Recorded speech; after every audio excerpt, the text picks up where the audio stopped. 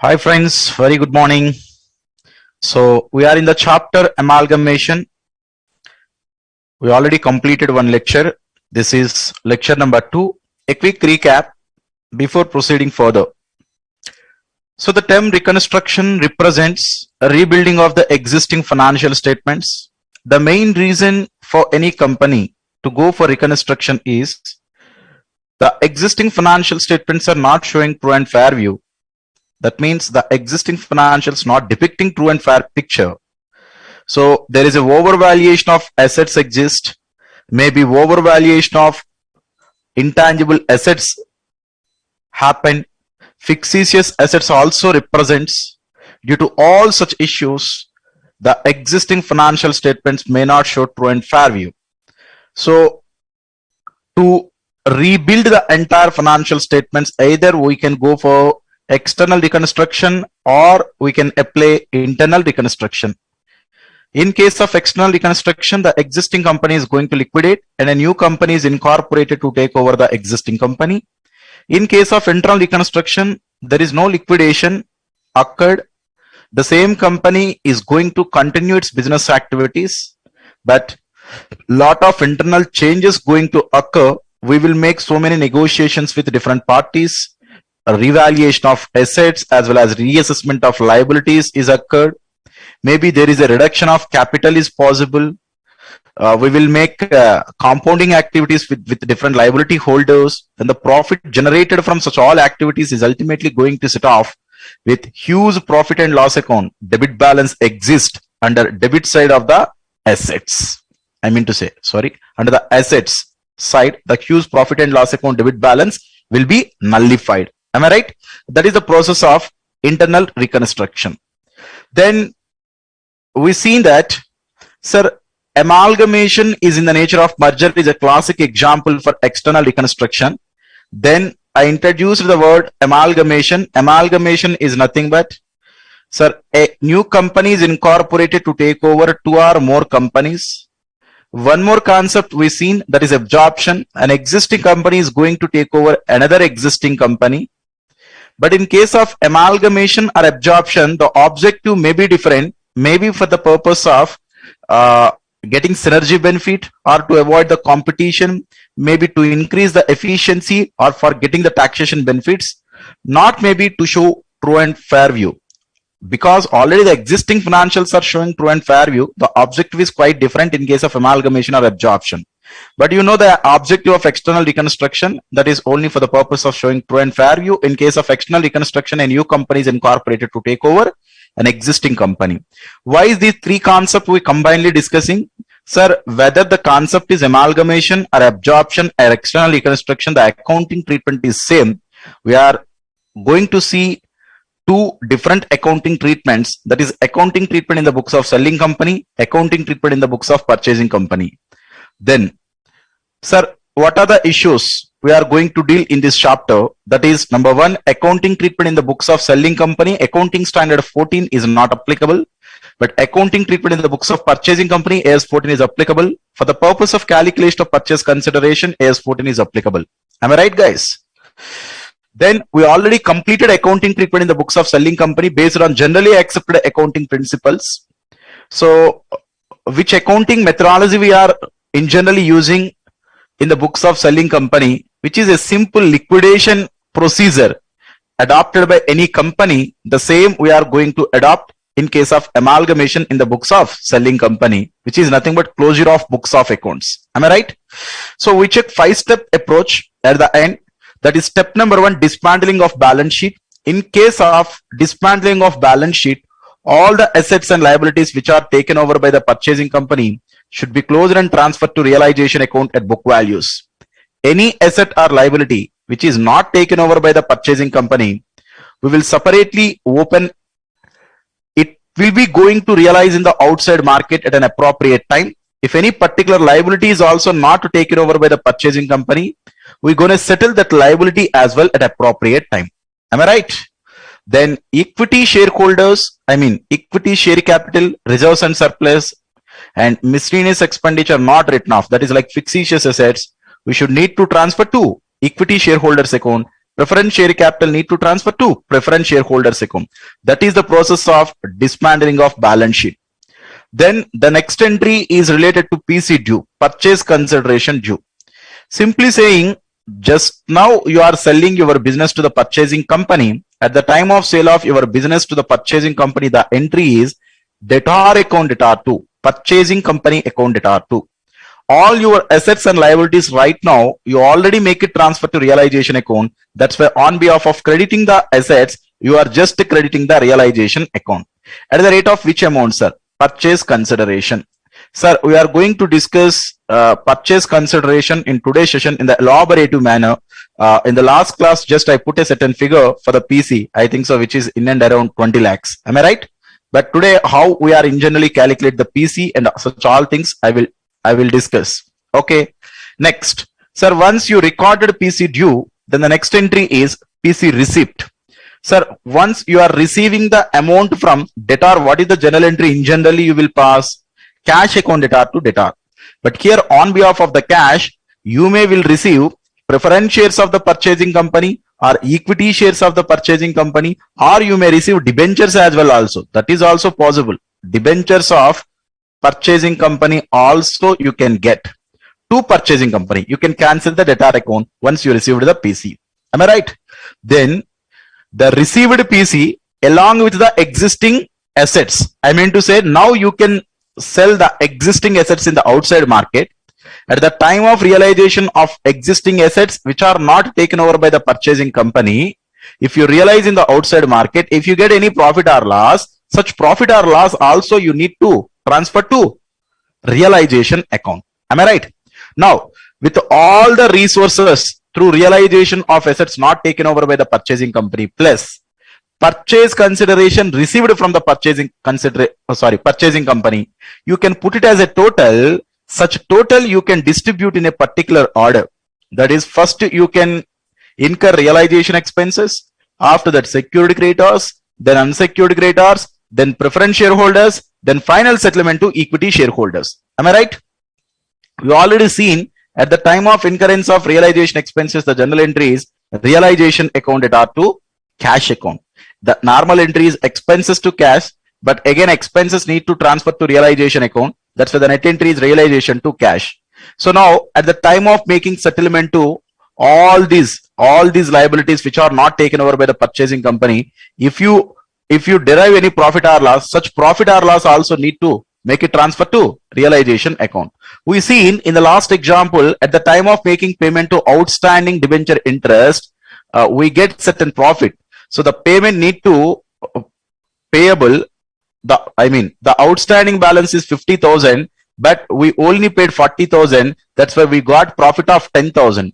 In the same way, at the time of making payment to preference shareholders, the balance is 5 lakhs, but we paid 6 lakhs. We got loss for 1 lakh. So the profit or loss, whatever the case may be, you should need to transfer to realization account. Then, sir, before making final settlement to equity shareholders, first what you should do, you should close the realization account, find out the realization profit or loss. If it is profit, transfer to equity shareholders. If it is loss also, you can transfer to equity shareholders. If it is profit, the entry is realization to equity shareholders. If it is loss, equity shareholders to realization account. That is the only difference. Guys, just I want to clarify a few issues. So actually in the last class, just I gave a draft problem, right? So many persons in their charts, just they put that, sir, we are getting different balances under realization account. At later point of time, I also rectified, I mean to say the arithmetical errors where we ignored certain postings.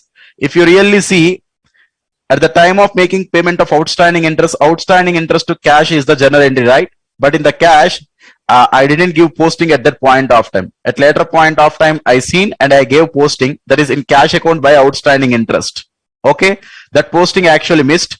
One more thing, some students identified clearly, sir, stock is here 2,50,000, but at the time of, sorry, where it is in problem, stock is 2,50,000, but at the time of making transfer of such sundry assets to realization, I transferred stock earlier at 2 lakhs. Maybe that also create the difference. But which is 2,50,000. Later I rectified that as well. Then I got realization profit 7,60,000 guys. Then equity shareholders finally I settled with the cash of 10,60,000 and 4 lakhs. Then all accounts got closed. So I also shared the same classroom notes in the PDF download corner.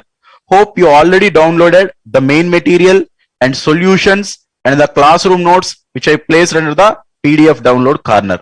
Okay, now let us proceed with the today's session guys. Please all of you concentrate. Sir, I cannot move on to the problems directly. Still some more time required. Maybe time permits for me. Today we are going to see a full-fledged problem.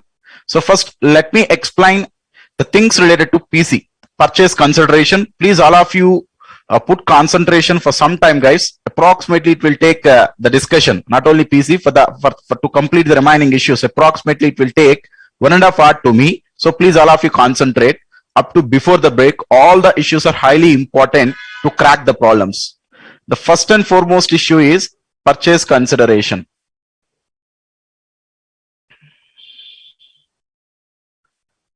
Sir, we seen for the concept of purchase consideration, accounting standard 14 is applicable or not applicable? Accounting standard 14 is applicable. Sir, what is the meaning of purchase consideration as per AS 14, sir? What is the meaning of purchase consideration as per AS 14? Amount payable by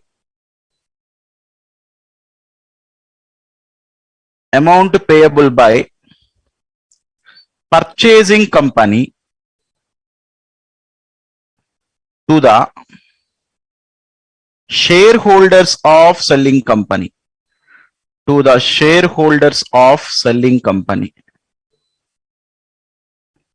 Alone treated as purchase consideration as per accounting standard 14.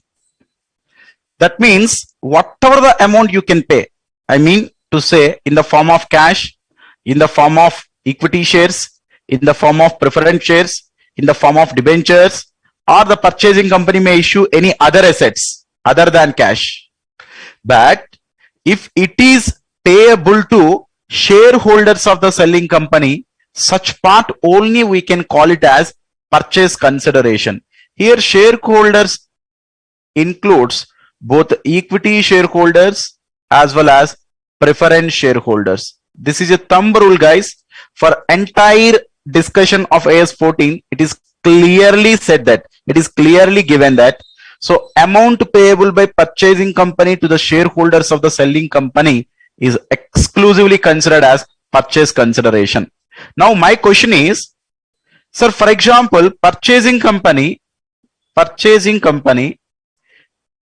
paid amount to debenture holders of selling company. Purchasing company paid amount to debenture holders of selling company. Sir, is it form part of PC? No, absolutely it is not form part of PC. We clearly given that amount payable to the shareholders of the selling company is only treated as purchase consideration. My next question, sir, purchasing company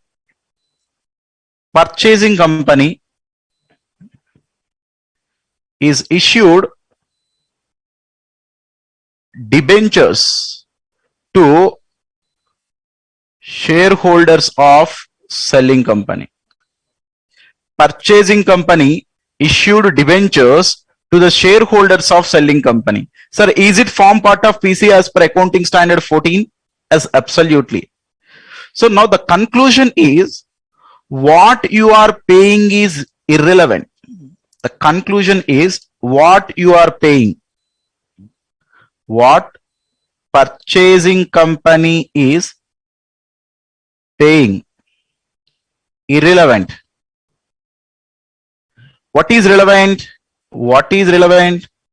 To whom we are paying. Sir, what purchasing company is paying means, what means, sir, it may be in the form of cash. Yes, sir, it may be in the form of equity shares? Yes. It may be in the form of preference shares. Yes. It may be in the form of debentures as well. Anything we can issue. To whom we are paying is relevant. To whom we are paying is relevant. Whom means here only two parties, either equity shareholders or preference shareholders. Okay, next. Sir, for the purpose of calculation of PC, various popular methods are available in outside market actually. But coming to academics, here just they given only 4 methods. For the purpose of calculation of PC, various methods are available. But in this chapter, just they given 4 methods, which are methods for calculation of PC.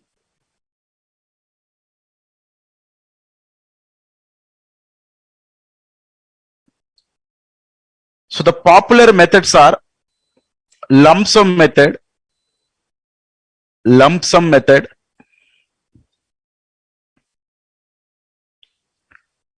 net payments method,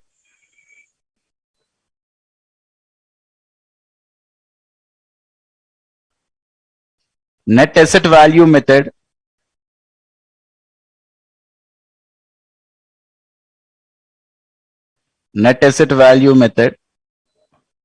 and final method is intrinsic value method.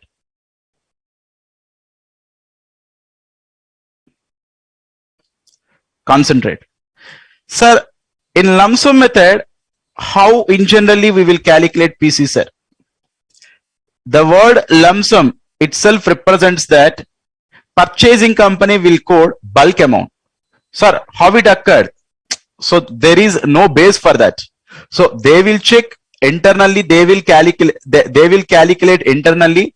Just for problematic information, just they given that a fixed amount. Now in my last problem, I told that purchase consideration is simply 20 lakhs. Am I right?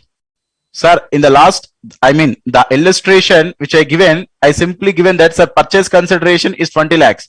Sir, how you derived such 20 lakhs, sir? I don't know. So which is nothing but a lump sum amount is coded by purchasing company. Then in case of lump sum method, no calculations, nothing will be there. Lump sum method means ad hoc consideration. Ad hoc consideration. Directly mentioned in the problematic information. No need to calculate anything. So that's why most of the times they are not given a problem based on lump sum method because nothing is there. Am I right? Now coming here, net payments method. Sir, in case of net payments method, how to calculate PC?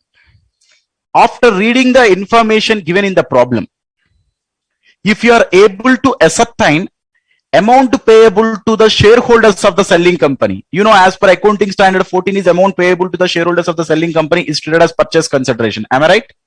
Now, after reading the entire problem information, you can able to ascertain amount payable to equity shareholders, amount payable to equity shareholders, as well as amount payable to preference shareholders.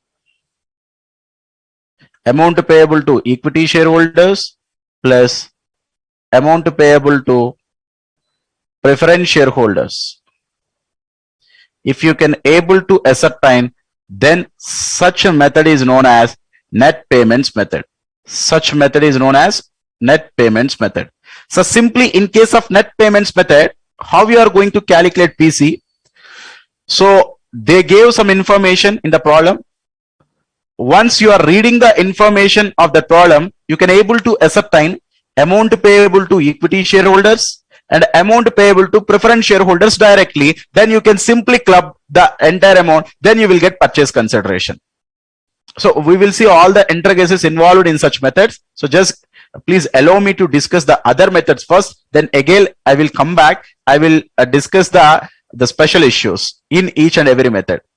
Next, in case of net asset value method, how to calculate the purchase consideration?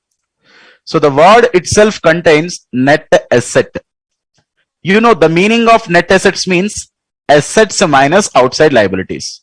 In case of net asset value method, we will consider aggregate of all assets, that is assets taken over at agreed values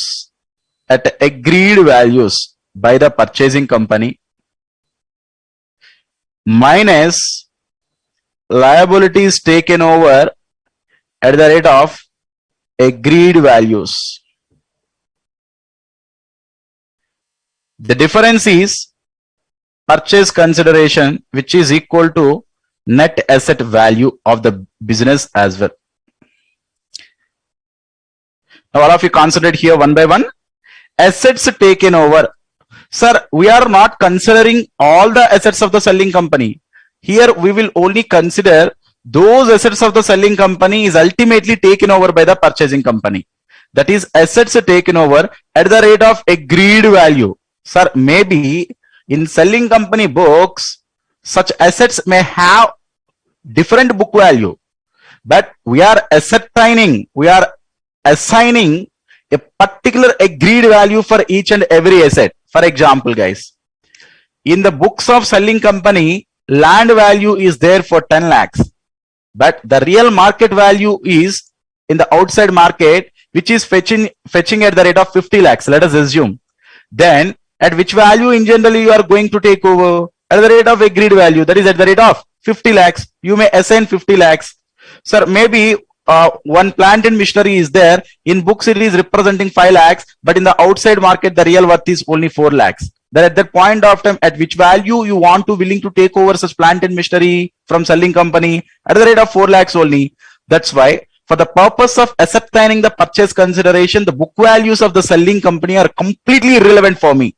As a purchasing company, I thought that at which value I need to take over the assets as well as at which value I need to make repayment to the liability holders. Such figures I need to assign for the purpose of calculation of net asset value method. So that's why the formula is assets are taken over at the rate of agreed values less liabilities taken over at the rate of agreed value. Then the difference is known as net asset value of business takeover, which is equal to the purchase consideration in case of NAV method.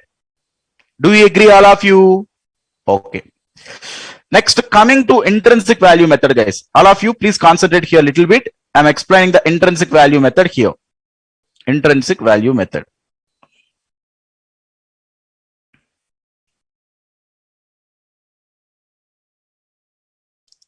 So generally, there is no difference between NAV method and intrinsic value method. I mean to say, both are same. There is no difference between intrinsic value method and net asset value method. So the total intrinsic value of the business is equal to NAV. Simply speaking, NAV is equal to, we can call it as total intrinsic value of business.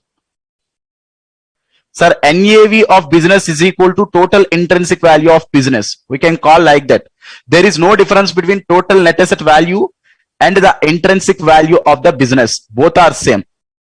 But how this intrinsic value of business you will get, you know, this intrinsic value of the business, we can represent number of equity shares into intrinsic value per equity share. Intrinsic value per equity share. I mean to say, sir, NAV per share how much? For example, selling company is, let us assume, Rani Limited, the same company I am continuing. In Rani Limited, 1 lakh equity shares are there. 1 lakh equity shares are there. So the total NAV of the Rani Limited is, let us assume, 5 lakhs, or you can call it as 50 lakhs, not an issue. So, which is 50 lakhs. The NAV of the Rani Limited is 50 lakhs. Now, NAV per share is how much? Per each and every share, how much NAV is contributed? Each and every share, how much NAV is contributed? That is 50 rupees is contributed. Am I right? NAV per share is equal to 50 rupees per share. Such NAV per share is technically known as intrinsic value per share. Intrinsic value per share. Now, how you will get the total NAV of the business takeover? Recording stop. NAV. Recording in progress. Yeah, please. So, how you will get the total NAV of the business?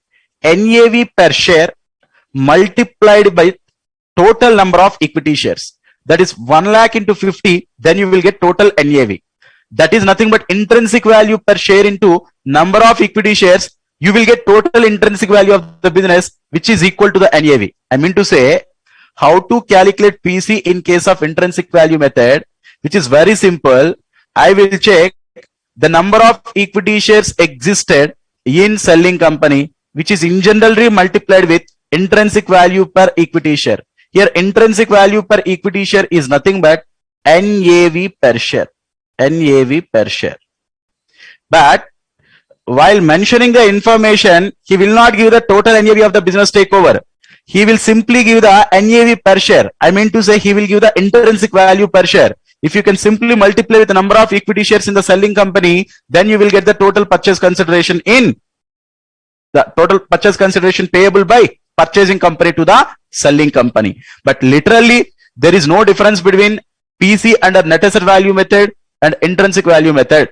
So whatever the PC you are calculating under net asset value method, the same PC in generally you are deriving in case of intrinsic value method. But the way of representing the PC is quite different in case of intrinsic value method. In the problem, he will give intrinsic value per equity share in the selling company he will give. If you multiply with the number of equity shares in the selling company, then you will get total intrinsic value of the selling company, which is equal to the total net asset value of the selling company only.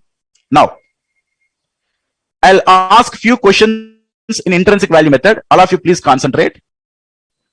Sir, number of shares issued as purchase consideration in case of intrinsic value method.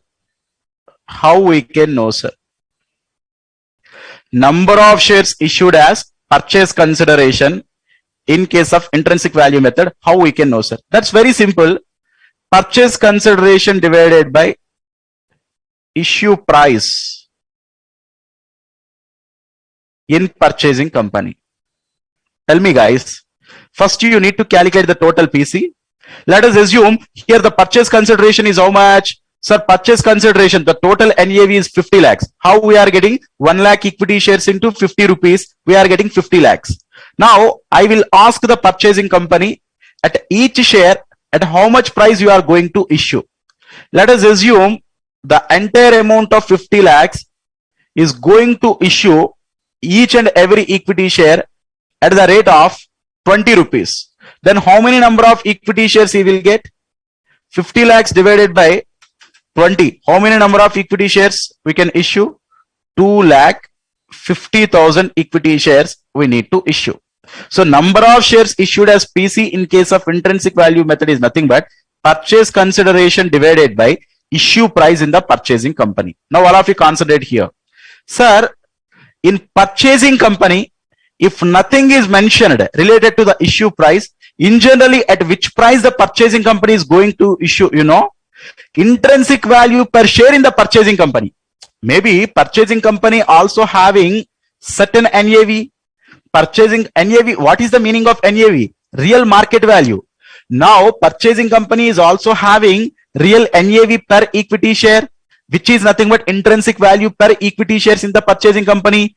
If issue price is not mentioned, this issue price is nothing but intrinsic value per share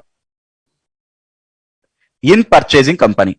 Intrinsic value per share in the purchasing company. Now I am remodifying the formula. Please all of you concentrate. What is the formula for PC? In case of intrinsic value method, we already seen number of equity shares into intrinsic value per equity share in the selling company. Am I right? PC is equal to number of equity shares in selling company into intrinsic value per share in selling company divided by, now the issue price is intrinsic value per share in purchasing company. Intrinsic value per share in selling, intrinsic value per share in purchasing company. Sir, this formula is for which purpose? This formula is for not for calculation of PC. This formula is for the purpose of knowing how many number of shares issued as purchase consideration. To know the number of shares issued as PC, you may divide purchase consideration with intrinsic value per share in the purchasing company. Purchase consideration is nothing but number of equity shares in selling company into intrinsic value per share in the selling company. Then you will get total intrinsic value of the business, which is nothing but NAV of the business. If you divide such PC with intrinsic value per share in the purchasing company, then you will get number of shares issued as PC. Sir, not only in case of intrinsic value method, in case of net asset value method, how you can know how many number of shares issued as PC, which is nothing but total NAV divided by issue price in purchasing company. Then you will get number of shares issued as PC. Number of shares issued as PC. Sir, here how to get the number of shares issued as PC? Maybe here you are issuing the equity shares as well as preference shares.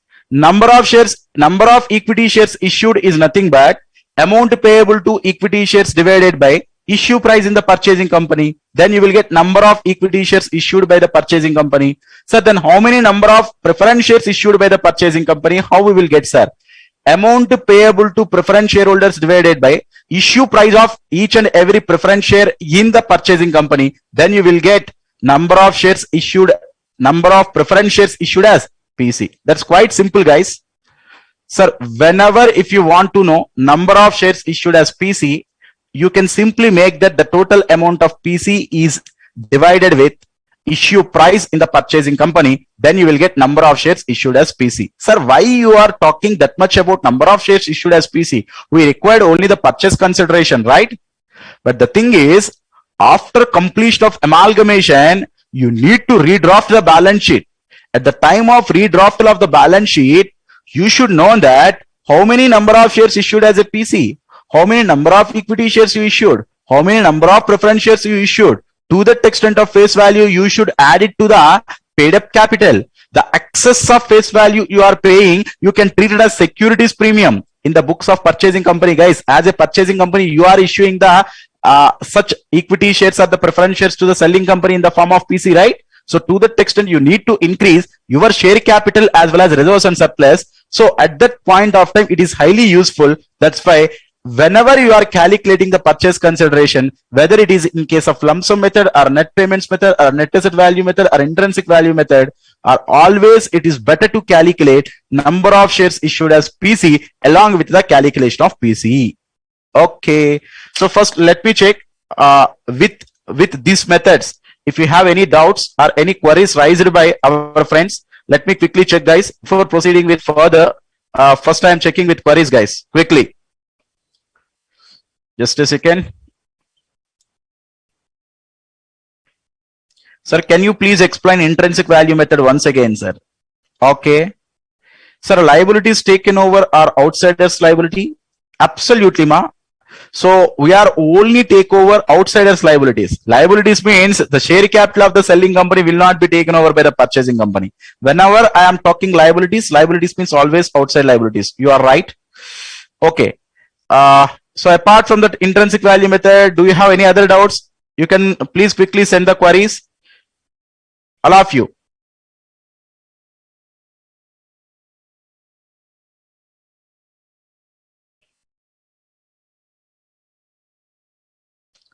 So yes, that's it. Okay. Let me one more time explain the intrinsic value method. All of you please concentrate. Sir, there is no difference between net asset value method and intrinsic value method. Both are same.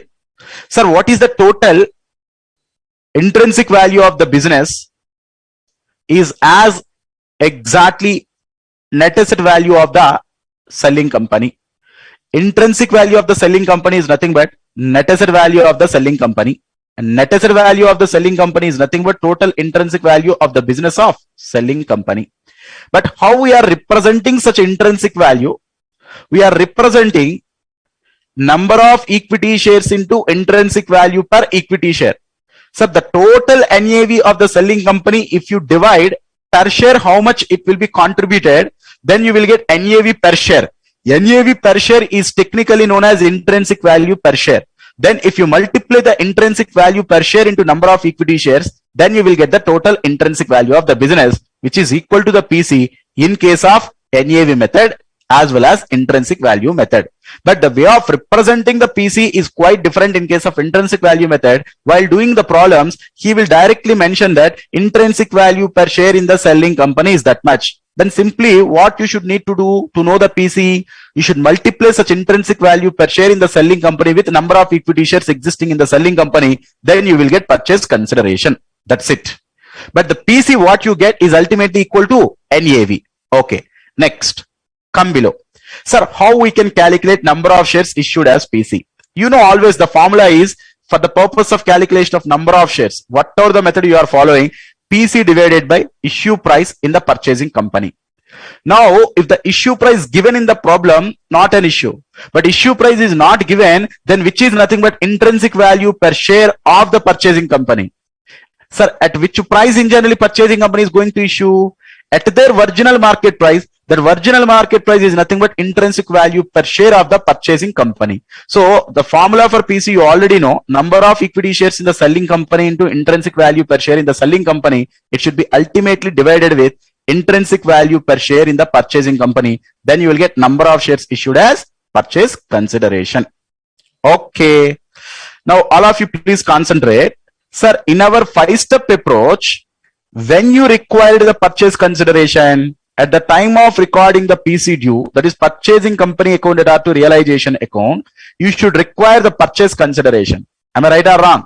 So this purchase consideration, in generally we are calculating by providing a separate working notes. That means before startup of the problem, first you will initiate the problem with working notes itself.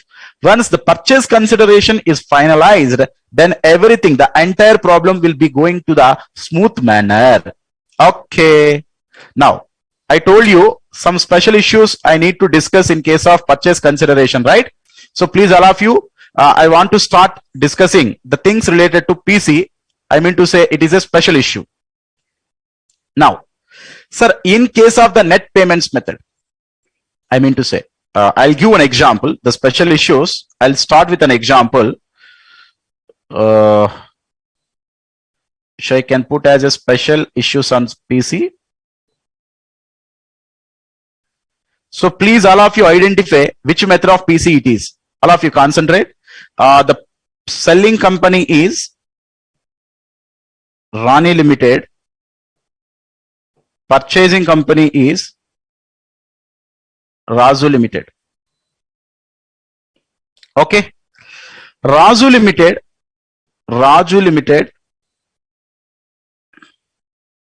going to issue. Raju Limited is going to issue 2 equity shares for every equity share in Rani Limited. Raju Limited going to issue 3 preference shares for 2 preference shares exist in Rani Limited, remaining in the form of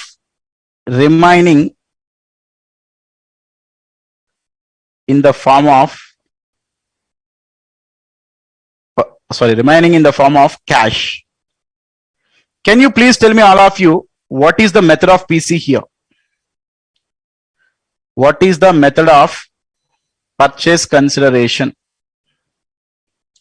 Please all of you participate in the query box, guys.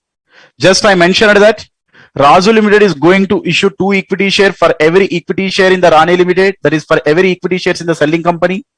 Raju Limited is going to issue 3 preference shares for every 2 preference shares exist in the Rani Limited. Remaining in the form of cash. What is the method of PC? Is it net payments method? Is it net asset value method? Is it intrinsic value method? Or is it lump sum method? Okay. So quickly, can you please send your answers, guys?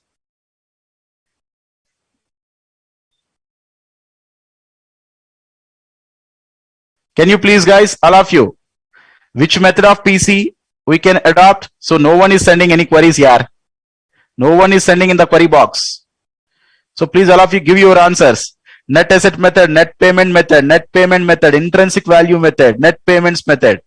So most of the members telling that the method of PC is net payments method. Very few members, so 1 or 2 members only telling that which is a net asset value method. You know, the shocking answer is the method of PC is net asset value method, NAV method. Yes, quite surprising. You know, I clearly told that after reading the information, if you are able to ascertain amount payable to equity shareholders and amount payable to preference shareholders, then the method of PC is net payments method. Now, after reading the given information here, I can ascertain amount payable to equity shares of the selling company in the form of equity shares, I know. Amount payable by purchasing company to the preference shareholders of selling company in the form of preference shares also, I know. Remaining in the form of cash. Remaining in the form of cash. So remaining in the form of cash means how much? How much that remaining? To whom I should need to pay? Nothing was mentioned. This should be need to pay to equity shareholders. That means here equity shareholders is getting 2 types of different payments. One is in the form of equity shares they are getting. In the form of cash or also they are getting. In the form of equity shares we can ascertainable. But in the form of cash, how much? Remaining means how much? That's why you are unable to ascertain amount payable, the total amount payable to equity shareholders, you are unable to ascertain. Then at that point of time, the method of PC is net asset value method. Then you should calculate the PC by applying the net asset value method. Then the PC is fixed. Here PC is equal to net asset value of the business takeover. Then out of which, you know in the form of equity shares how much? You know in the form of preference shares how much? So remaining balance he told na, such remaining balance is nothing but balancing figure which is cash. So like that you should need to derive the cash balance. So in the examination problems also the examiner may tempting you that to put a wrong method. So please all of you be careful. So after reading the problem information, if you are able to ascertain the amount payable to equity shareholders and the preference shareholders totally, then only you can apply the net payments method. Otherwise you can simply apply the net asset value method. Okay, this is the special issue, guys. Next, one more important issue I want to tell you here. Please concentrate. Sometimes what will happen, you know, in generally PC is recorded at issue price only. In generally PC is recorded at issue price. I mean to say, sir, what is the meaning of PC is recorded at issue price? Sir, if you are going to NAV method, first you will calculate the net asset value of the business, right? How many number of shares issued as PC? How you will know?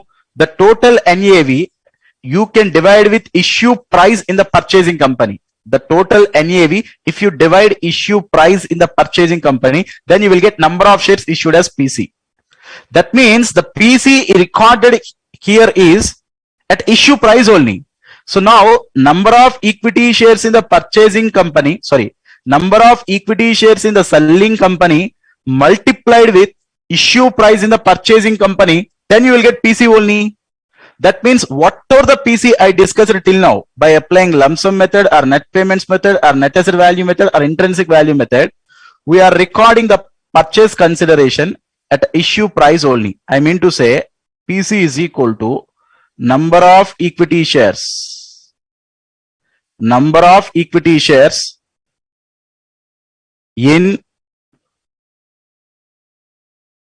selling company. Sorry, 1 second guys. Just a moment. So recorded at issue price is nothing but purchase consideration divided by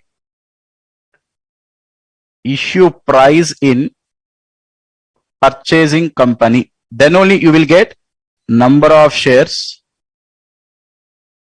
issued as PC. Sir, all of you please concentrate here.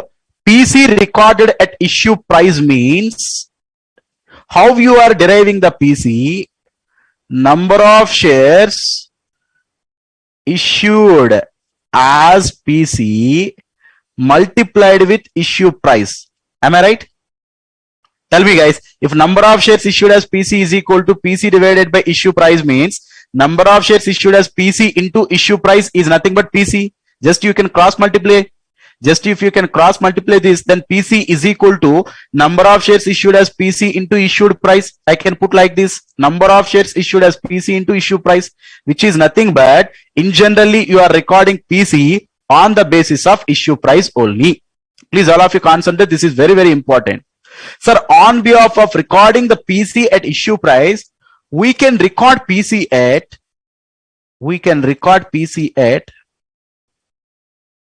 par value also. If the purchasing company decides to record the PC at par value, then the PC is equal to number of shares issued as PC multiplied with face value per share. Number of shares issued as PC multiplied with face value per share. You know always, sir, how to know the number of shares issued as PC? Number of shares issued as PC is nothing but PC divided by issue price in the purchasing company. You will get the number of shares issued as PC. Then you should multiply with the face value per share on behalf of the issue price. Sir, the difference between PC recorded at issue price and PC recorded at par value is, if you want to record the PC, if nothing was mentioned, you should always record the PC at issue price only. That is number of shares issued as PC, then you can multiply it with the issue price, then you will get the total PC. But if the management of the purchasing company decided that it wants to record the PC at par value, the number of shares issued as PC, you can multiply it with the face value per share, then you will get the purchase consideration. Then you would have so many doubts. Sir, is it PC recorded at issue price and PC recorded at par value, both are same? Is it different? Because if you recorded the PC on the basis of issue price, then the PC amount is more. If you are recording PC with par value, then PC purchase consideration amount is quite less while compared with issue price. Am I right? Then the purchase consideration calculated by applying the issue price and by applying the par value may be different now. Then how you can tell that both concepts are same? Sir, actually, whether you are recorded PC at issue price, whether you are recorded PC at par value, both are same. But at this stage, I unable to demonstrate, sir, PC recorded issue price and PC recorded par value having the same impact. I unable to demonstrate at this stage. I will discuss how the impact is same at later point of time. But for the time being, just you can understand that, sir, if nothing is mentioned, in generally we are recorded the PC at issue price only. That is number of shares issued as PC multiplied with issue price of the purchasing company. Sir, if the management decide to record the PC at par value, then how to calculate the purchase consideration? Number of shares issued as PC into face value per share. Sir, always how to calculate number of shares issued as PC? The total amount of purchase consideration divided by issue price in the purchasing company, then you will get number of shares issued as PC. Whichever the method you are following, whatever the method you are following.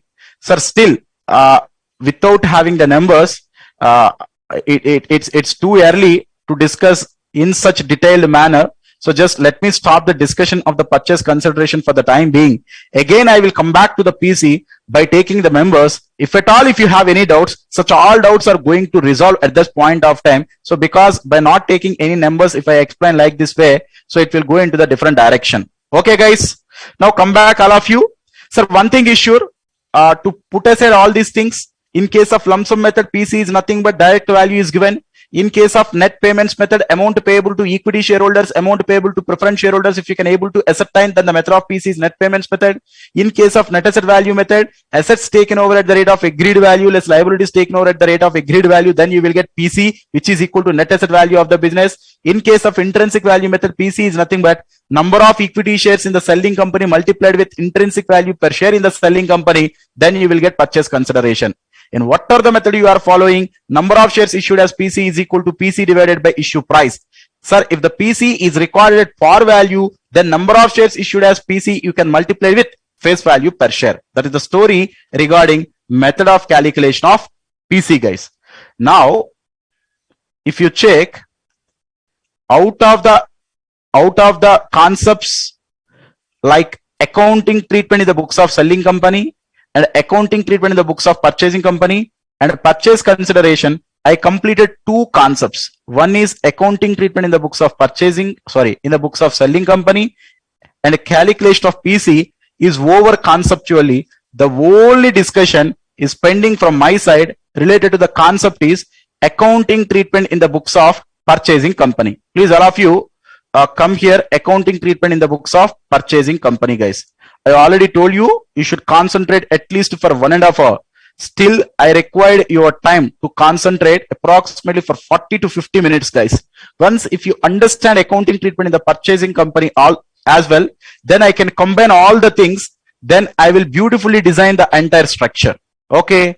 Now, let us see accounting treatment in the books of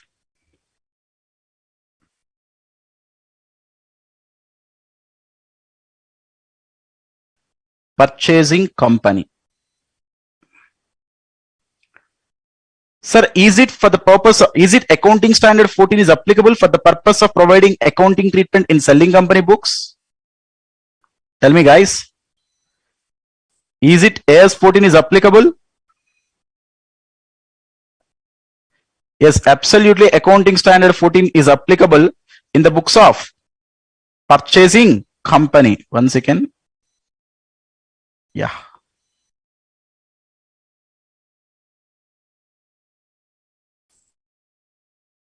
Concentrate, guys.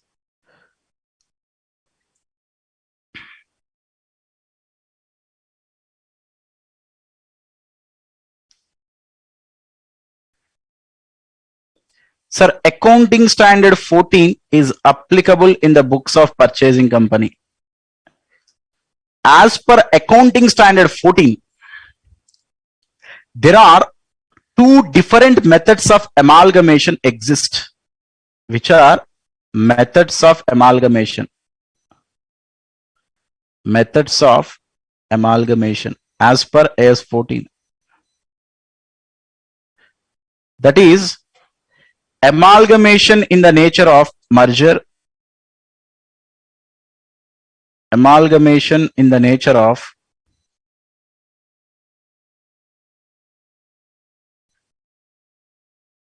merger. Another method is amalgamation in the nature of purchase. Amalgamation in the nature of merger and amalgamation in the nature of purchase. Two methods exist. Sir, you are discussing accounting treatment in the books of purchasing company. Why suddenly you shifted your discussion about methods of amalgamation? Because the accounting treatment in the books of purchasing company is depending upon type of amalgamation. Type of amalgamation. That is amalgamation in the nature of merger or amalgamation in the nature of purchase. For example, if the amalgamation is said to be amalgamation in the nature of merger, then which method of accounting treatment need to adopt in purchasing company books, you know? which method of accounting treatment we need to adopt? The method of accounting is pooling of interest method. Pooling of interest method. Sir, if the amalgamation is said to be amalgamation in the nature of purchase, then the method of accounting we are going to adopt is purchase method. That means first you need to decide the type of amalgamation. So once after deciding the type of amalgamation, then you can simply know that can I apply pooling of interest method in purchasing company books, or can I apply purchase method in the books of purchasing company? So before knowing all such things, you should know one more thing. What is that? When an amalgamation is said to be amalgamation in the nature of merger, when an amalgamation is said to be amalgamation in the nature of purchase. Please all of you concentrate. This is very much important. Maybe there is a scope to ask such questions as a 5 marks questions as well. This was already previously tested in the examination. When an amalgamation is said to be amalgamation in the nature of merger. If all the below conditions,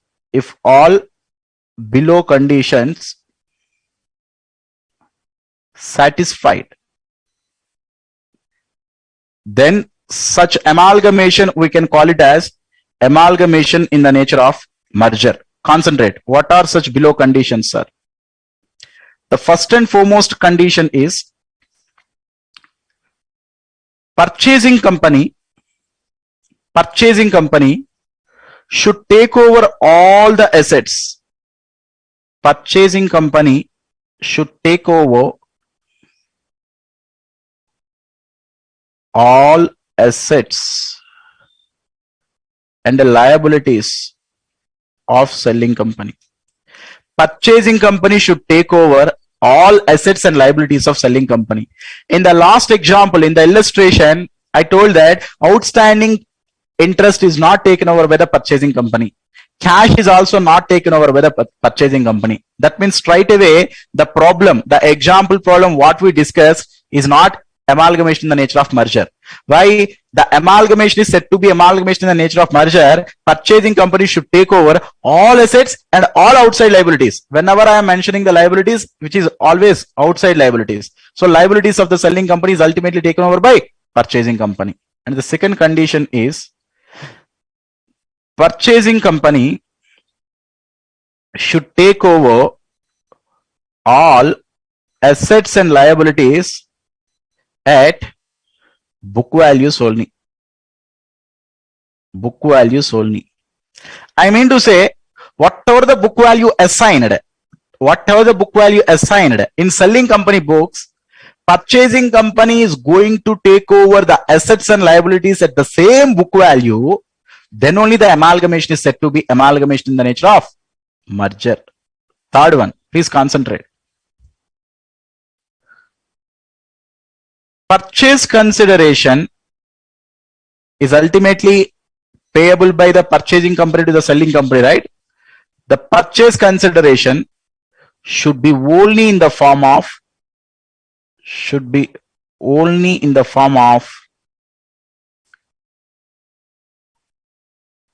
fully paid up equity shares only. Fully paid up equity shares only. I mean to say, you cannot issue cash, you cannot issue preference shares, you cannot issue debentures, you cannot give any other asset. The purchase consideration is only form part in the form of equity shares only. The purchase consideration to be payable by purchasing company to the selling company only in the form of equity shares only. So PC should be only in the form of fully paid up equity shares only. Coming to the next point, guys, all of you. Shareholders holding not less than 90% share capital of selling company should become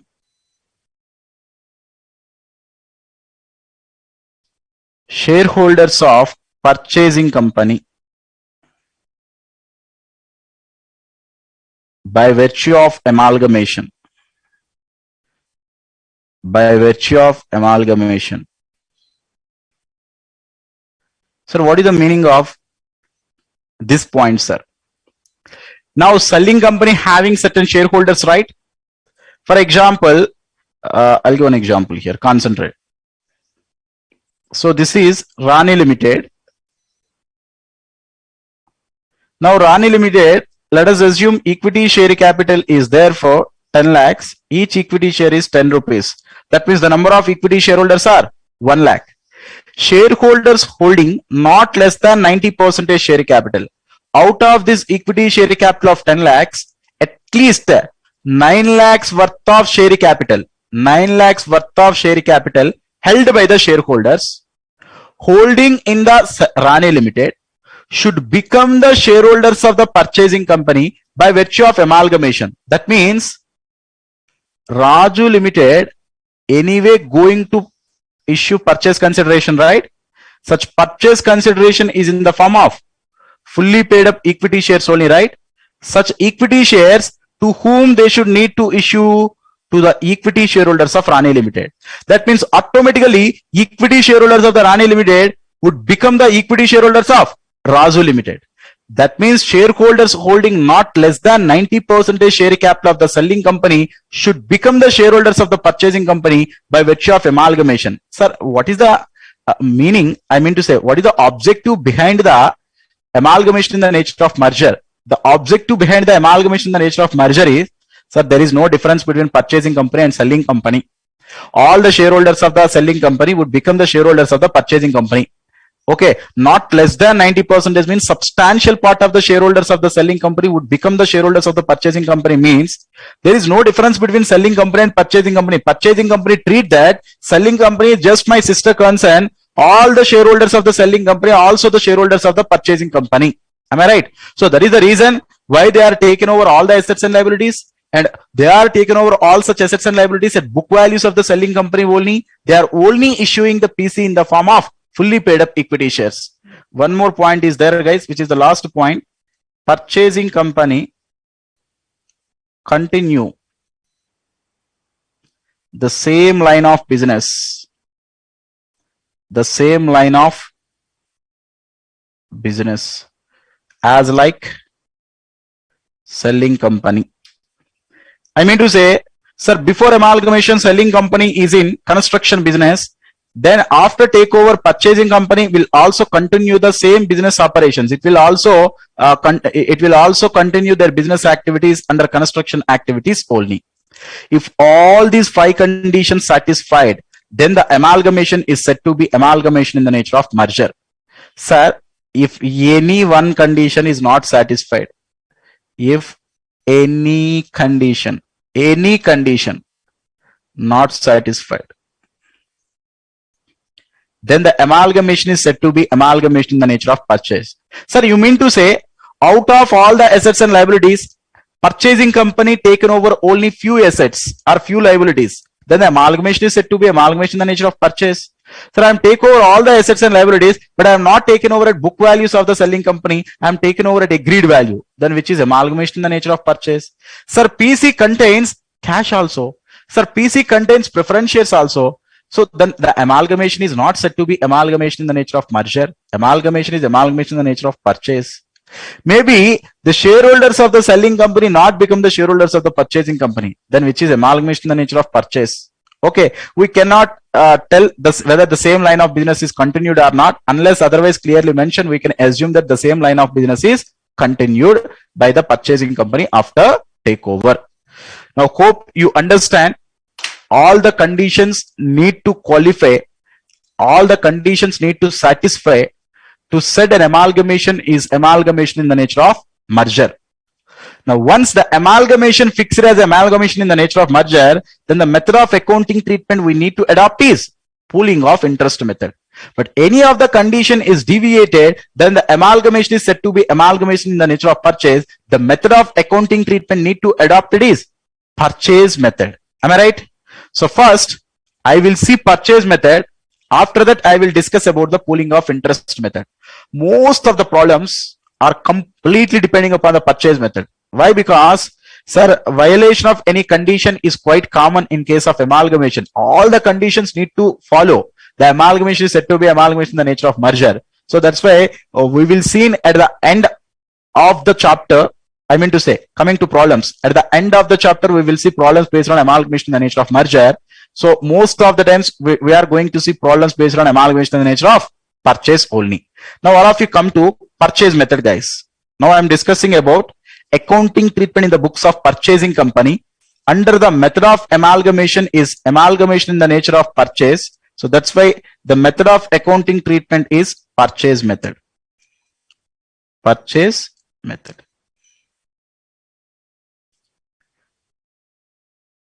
So are you with me, guys? All of you? So hope you understand everything, right? Till now?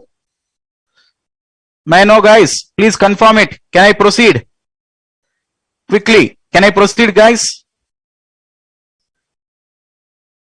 So once I will initiate the purchase method, I will not come back. Please let me know. Do you have any doubt before proceeding with the purchase method in the books of purchasing company? Quickly, guys. Someone telling that, sir, can you please explain fourth condition one more time? Okay, sir, the fourth condition is very easy, guys. Sir, in the fourth condition, what he is telling, shareholders holding not less than 90% of the share capital. Out of the existing share capital of the selling company, at least 90% shareholders should become the shareholders of the purchasing company. How the shareholders of the selling company would become the shareholders of the purchasing company? If purchasing company will issue the purchase consideration in the form of shares to the shareholders of the selling company, then automatically the shareholders of the selling company will get equity shares of the purchasing company. So once the shareholders of the selling company will get shares of the purchasing company, means automatically the shareholders of the selling company would become the shareholders of purchasing company only. So indirectly he is telling that always the PC should be need to issue in the form of equity shares only. So for all the shareholders of the selling company would become the shareholders of purchasing company. Okay. So come back to the purchase method. All of you please concentrate. This is very much important. Sir, now you should be steps into the shoes of the purchasing company. You should think like a purchasing company. So now all of you come out from the selling company. Now you are in the books of the purchasing company. Sir, in the books of purchasing company, if at any point of time, if you purchase any goods, what is the journal entry you will pass? Purchases account data to creditor account. Am I right? In the normal course of business, if you purchase any goods, the normal journal entry is purchases account data to creditor account or supplier account, whatever the case may be. Now you are not purchasing goods, you are entirely purchasing the business of the selling company. That's why on behalf of purchase, you can write business purchase account data. Business purchase account data to who is the supplier here, who is the creditor here? Selling company. But selling company is already liquidated. On the place of selling company, who came into existence? Liquidator. Am I right? I already told you, once the company is decided to liquidate their business, then liquidator will be appointed. Liquidator will take over all the assets. Liquidator will take over all the liabilities first. So the entire business is in the hands of the liquidator. That's why I need to pay such amount to the liquidator of selling company. Liquidator of selling company. Sir, how much amount you need to pay to the liquidator of selling company? PC. Purchase consideration amount only you need to pay. Tell me, guys. Sir, how much amount, at which price you are purchased? At the rate of purchase consideration only. So that's why the first entry is business purchase account data to liquidator of selling company. Now all of you concentrate here. Sir, business purchase means what you purchased. Business purchase means what you purchased here. You purchased assets as well as liabilities, right? Now you should cancel the business purchase account. You should need to incorporate the assets and liabilities. You should cancel the business purchase account. You need to incorporate assets and liabilities individually. What are all the different assets you are taken over? That is assets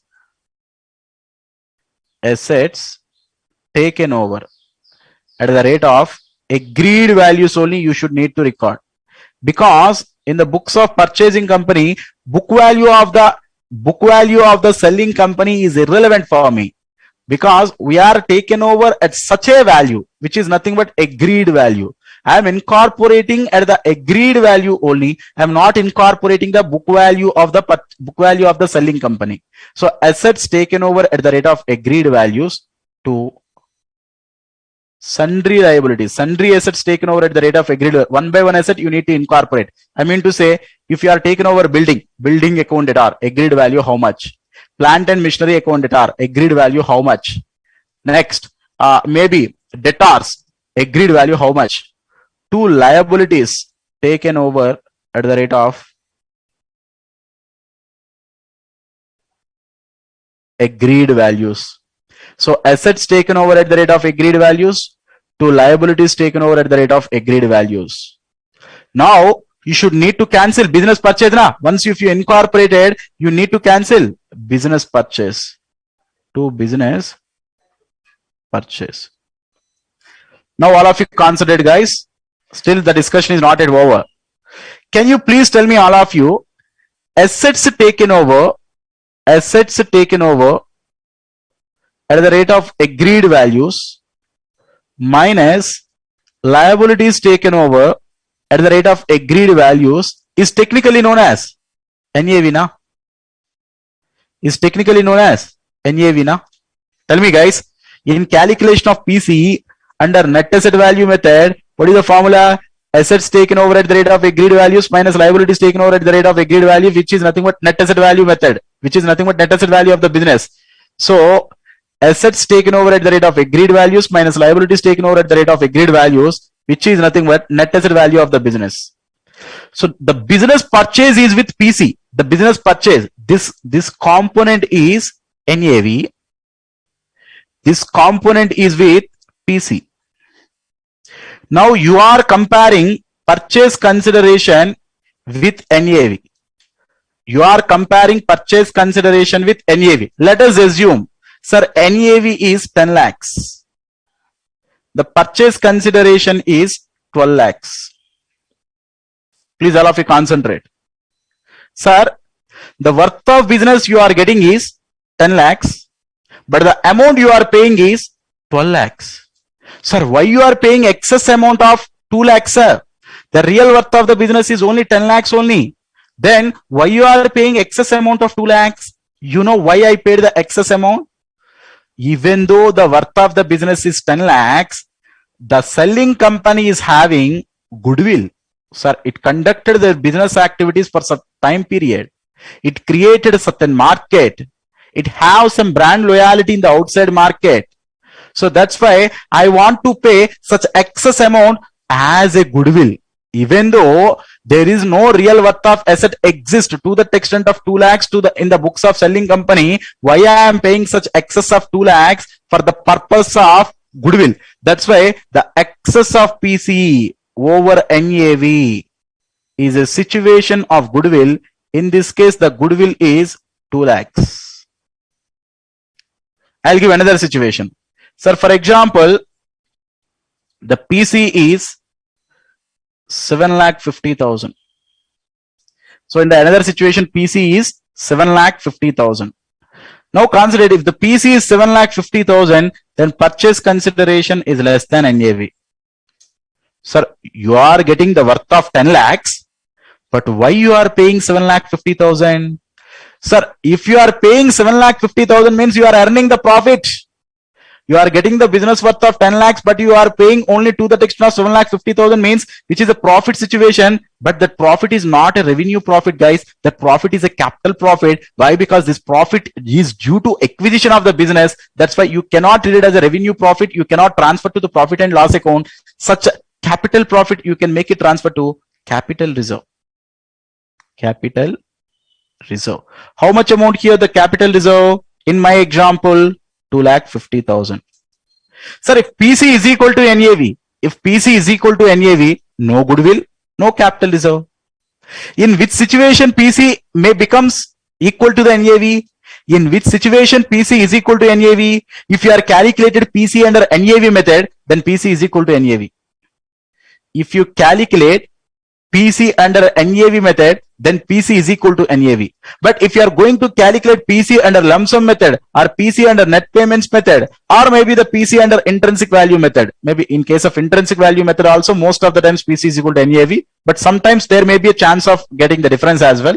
That's why if the PC is other than the net asset value method, whether you are using the lump sum method or net payments method or intrinsic value method, then there is a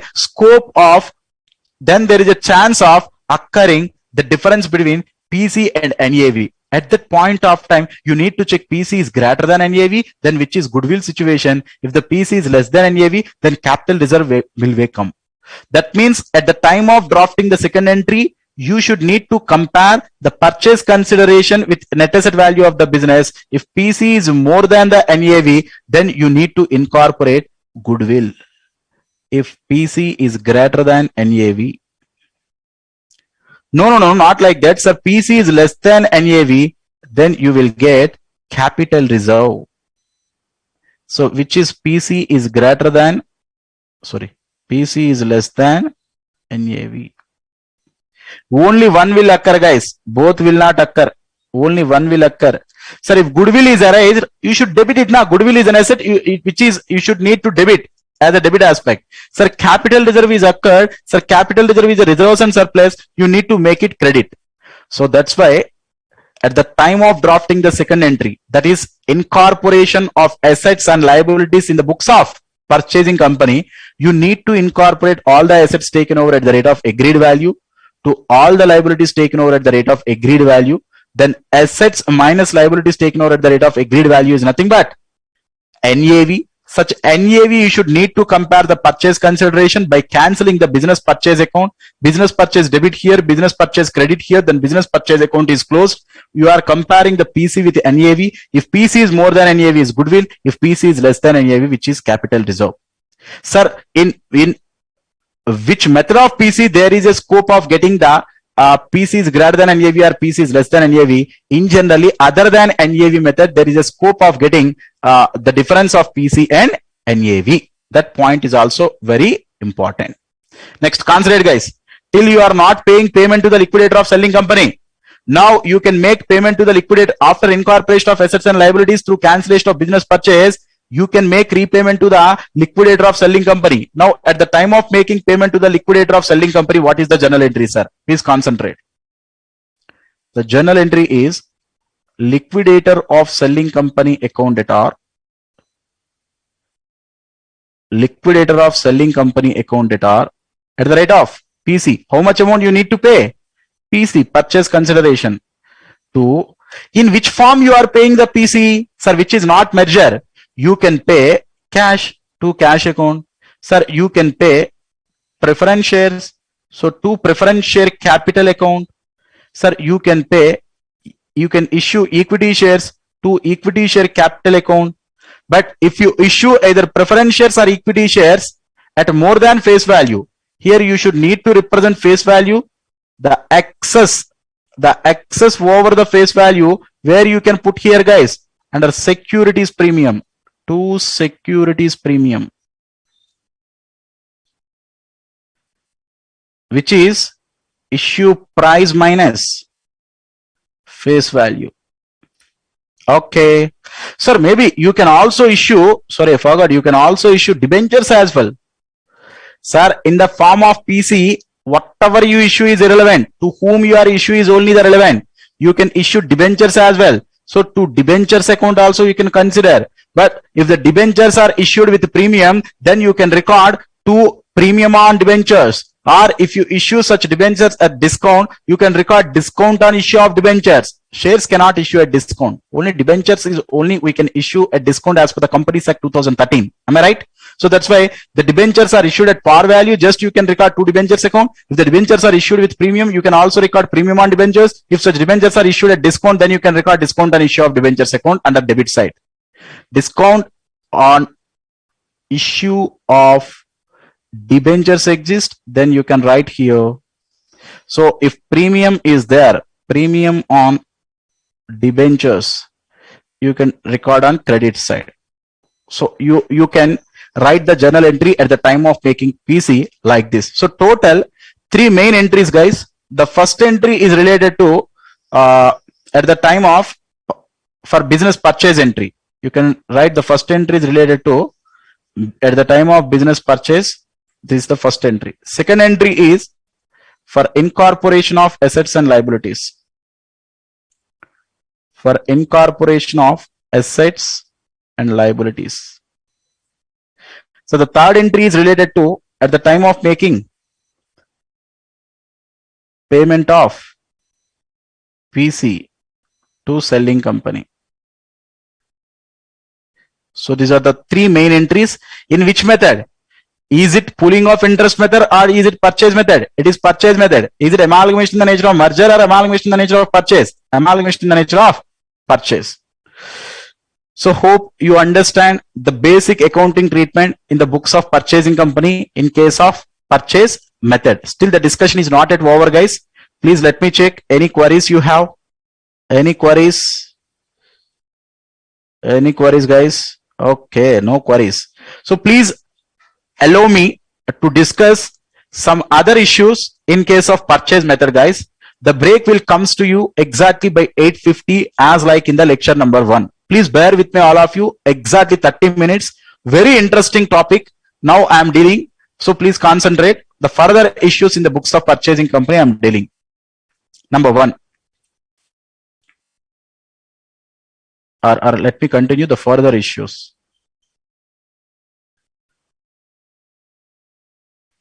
So which are further issues? Sir, in case of purchase method, you are considering the assets at agreed values. You are considering the liabilities also at agreed values, right? Now, out of this liability, debentures of selling company also you may take over, right? Because liabilities of the selling company means in such liabilities, if selling company already having any debentures, then you may take over such debentures as well, right? You may take over such debentures as well, right? That means out of these liabilities, one of the liability may be debenture of the selling company. Now, the debentures of the selling company having no value because selling company itself is got liquidated. Now, what you should require, the debentures of the selling company need to cancel, and the debentures of the selling company, by cancelling such things, you may give cash or you may issue your debentures of the purchasing company. That's why for cancellation of debentures of selling company, you may pass this journal entry, guys. That is debentures of selling company account debtor.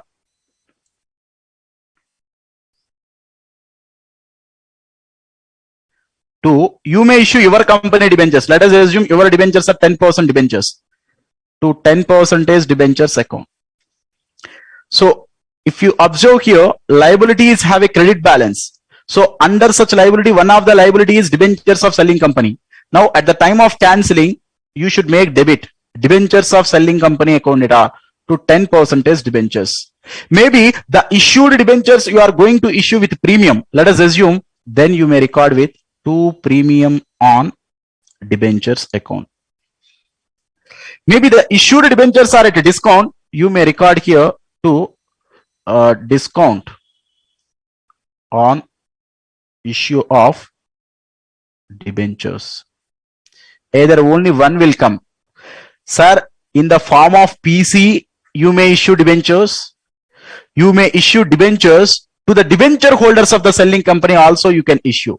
So that's why at the time of issue of debentures, you can always check that, sir, you are issuing debentures to whom? If you are issuing to the shareholders of the selling company, it is form part of PC. Then you should make payment to the liquidator, that one. Now at the time of issuing the debentures, if you are issuing such debentures to the debenture holders of the selling company, then you should cancel the liability account, which is debentures of the selling company. Then you should need to issue your debentures. It is with premium to premium on debentures. If it is with discount on issue of debentures. That is the first and foremost important issue. If you want, you can put it as a fourth entry as well, if at all exist. Okay, next. Sir, you know, in case of purchase method. This is selling company balance sheet. Let us assume this is selling company balance sheet. Sir, in case of selling company balance sheet, we have all assets. I mean to say sundry assets. We have share capital like equity share capital, preference share capital, and reserves and surplus. Under this reserves and surplus, statutory reserves are there.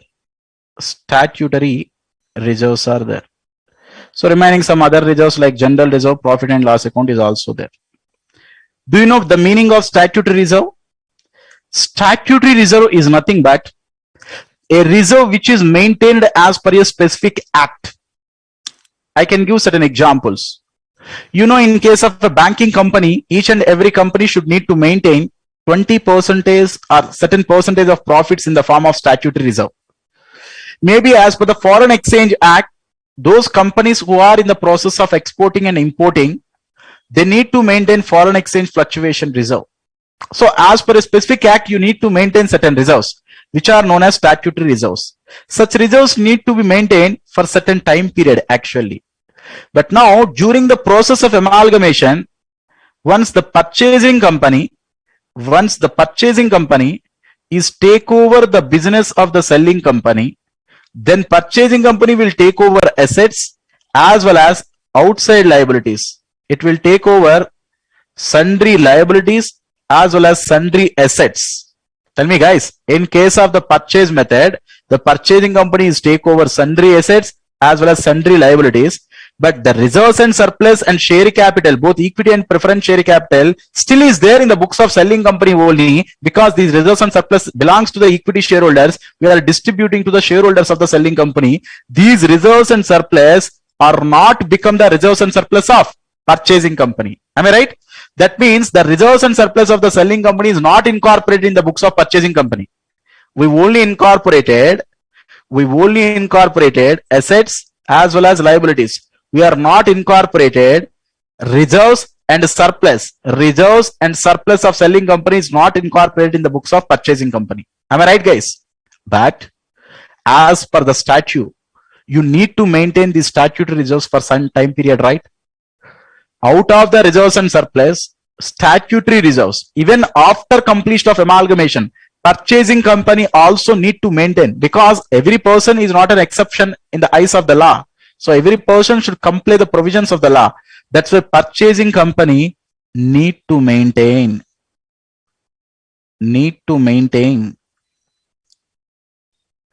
statutory reserves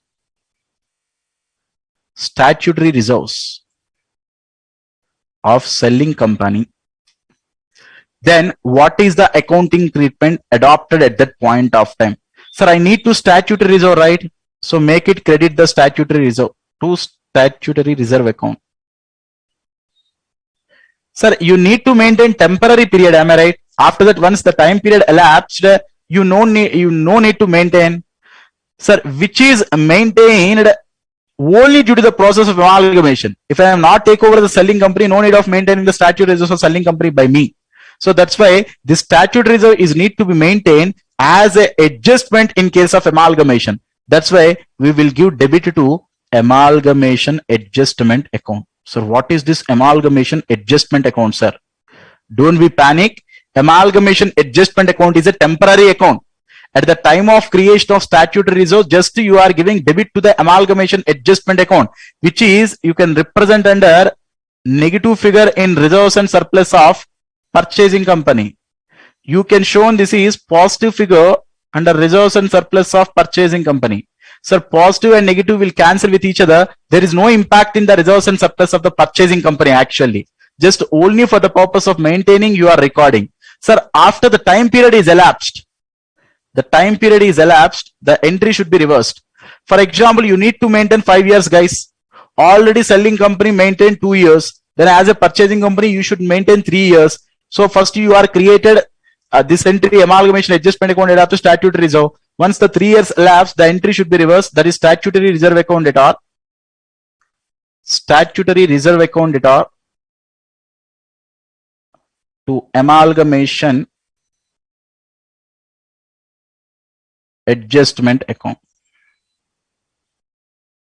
So the entry is statutory reserve account data to amalgamation adjustment account. I already told you where I need to show amalgamation adjustment account in the balance sheet. It is going to shown as a negative figure under the reserves and surplus. You know, reserves and surplus, anyway, we are showing the positive figures under reserves and surplus. That is statutory reserve is shown as positive figure under reserves and surplus. Amalgamation adjustment account is shown as a negative figure under reserves and surplus. Sir, in case of purchase method, the statutory reserves of the selling company is not taken over by the purchasing company.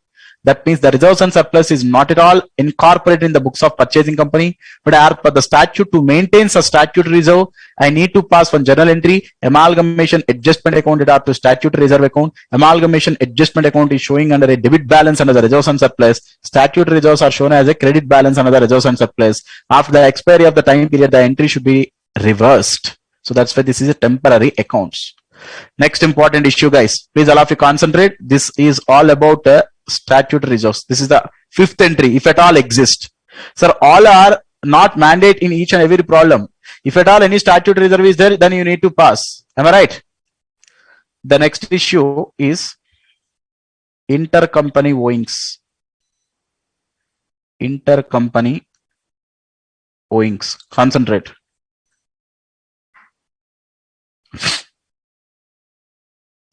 Sir, still more. 20 minutes important discussion is there. Please all of you be patient. Concentrate here. What is the meaning of intercompany owings? I will take again the same example. Rani Limited is there here, which is a selling company, you know. Raju Limited is here, which is a purchasing company.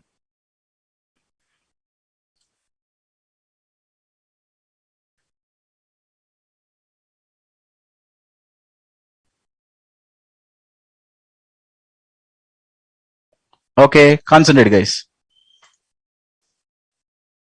Now what happened? Raju Limited is taken over by Rani Limited, right? Which is in the process of amalgamation in the nature of purchase. You know that. But before this relationship of amalgamation, there is some other relationship in between Rani Limited and Raju Limited. What is that relationship?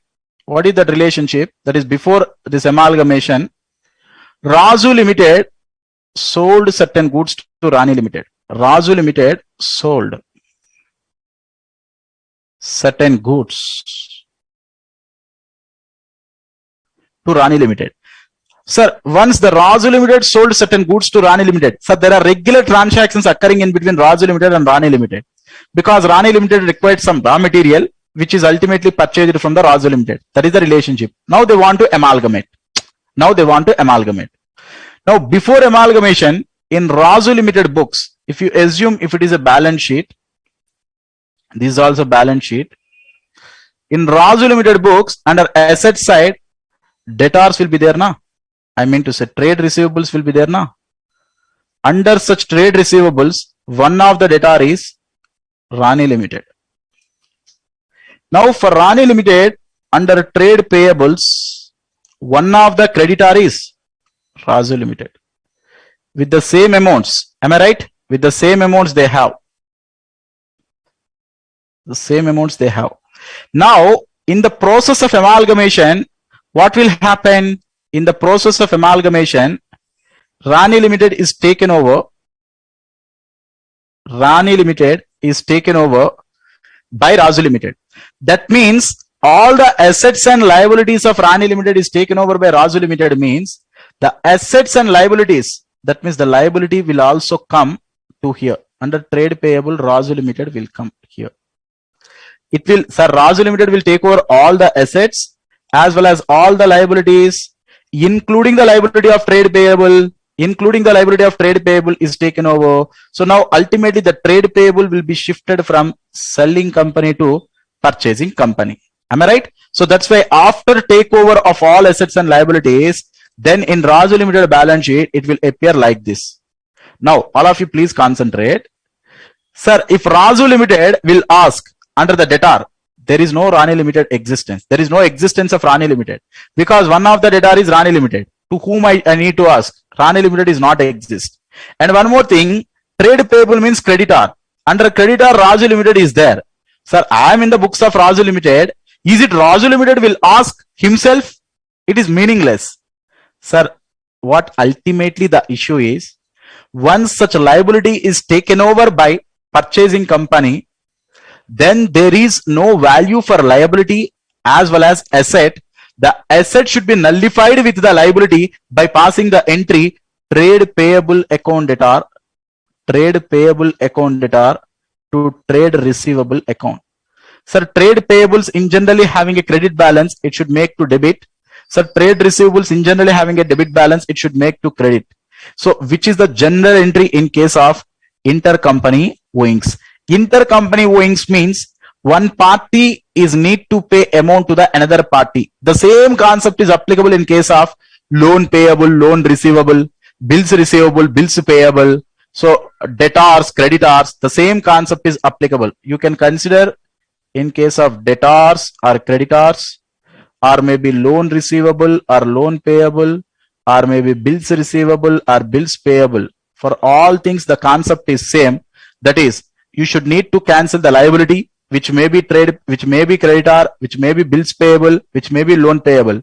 You need to cancel the asset as well, which may be debtor, or which may be bills receivable, or which may be loan receivable. The entry is same, liability account debtor to asset account.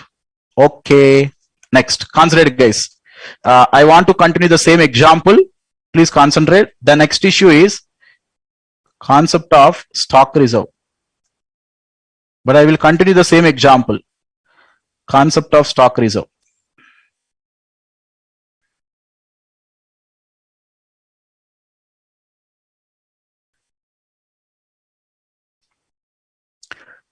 Sir, now once Raju Limited is selling goods to the Rani Limited, I agreed in the books of Rani Limited, one of the creditor is Raju Limited. Then in the books of Raju Limited, one of the debtor is Rani Limited. I do agree such all issues. Apart from that, once the goods are sold by Raju Limited to Rani Limited, if such goods are ultimately sold out, not an issue. If such goods are not sold out, then which is in the form of stock, it is lying in the closing stock under the inventory as an asset in the books of Rani Limited. Am I right? For example, Raju Limited is selling goods to the Rani Limited by making a profit of 20%. If the cost is 100, then they are adding profit 20 rupees, then the selling price would become 120. Concentrate. Raju Limited is selling goods to the Rani Limited by adding 20% profit on cost, that is at the rate of 120 rupees selling price. Now, such type of stock which is ultimately sold by purchasing company to the selling company and which is lying in the closing stock of the selling company is at the rate of, let us assume, 10,000 we have. Now, in the process of amalgamation, Raju Limited, purchasing company, is ready to take over all the assets as well as all the liabilities. One of the asset is stock. One of the asset is, tell me guys, one of the asset is stock. That means ultimately the stock is also taken over by whom? This stock is also taken over by the purchasing company. One of the asset is 10,000. Now all of you concentrate. This is very simple and important. Sir, in Raju Limited, it have certain stock. At which value it is in generally valuing their stock? At which value in general it is valuing their stock? Sir, in Raju Limited, the cost is at 100. If at all Raju Limited having their own stock, it will value at 100 rupees. But right now this stock is at 120 rupees. If you observe, this stock is at the rate of 120 rupees price. At the rate of 120 rupees price. You know, as per the valuation of accounting standard 2, inventory should be always valued at cost or NRV, whichever is lower. What is the cost price for the Raju Limited? For the Raju Limited, the cost price is 100. What is the NRV? NRV is 120. So 100 or 120, whichever is lower, means at 100 value only I need to record. But right now the stock is at the rate of 10,000, which is at the rate of NRV. Then what I should need to do? I should reduce the stock. I should reduce the stock. You can reduce the stock. Stock is in general an asset. So if you want to reduce the asset, it need to be created. So to stock account. To stock account. Sir, you know already the worth of the stock is not 10,000. It is less than 10,000 only. You know, right? But still you are paying 10,000. But still you are paying 10,000. Why you are paying the excess amount? The excess amount I paid is loss actually, which in generally I can put it as goodwill. Tell me guys, in case of the second entry, if PC is greater than NAV, the excess amount you are mentioning it as a goodwill, right? So you are also paying the excess amount, even though the stock value is less than 10,000, but you are paying 10,000. The difference is nothing but goodwill, which is nothing but loss, which is nothing but loss. On behalf of crediting the stock, in generally we are telling that stock reserve. In general, we are telling this as credit in the stock is treated as stock reserve account. Sir, now in this example, how much amount, sir? Sir, which is equal to 120? 10,000 is equal to 120. Then 20 rupees is equal to how much? That is 10,000 into 20 by 120. You can make it cross multiply. Then how much you are getting? 1,667, right? Sir, which is known as unrealized profit. Concentrate. Which is known as unrealized profit. Lying in closing stock.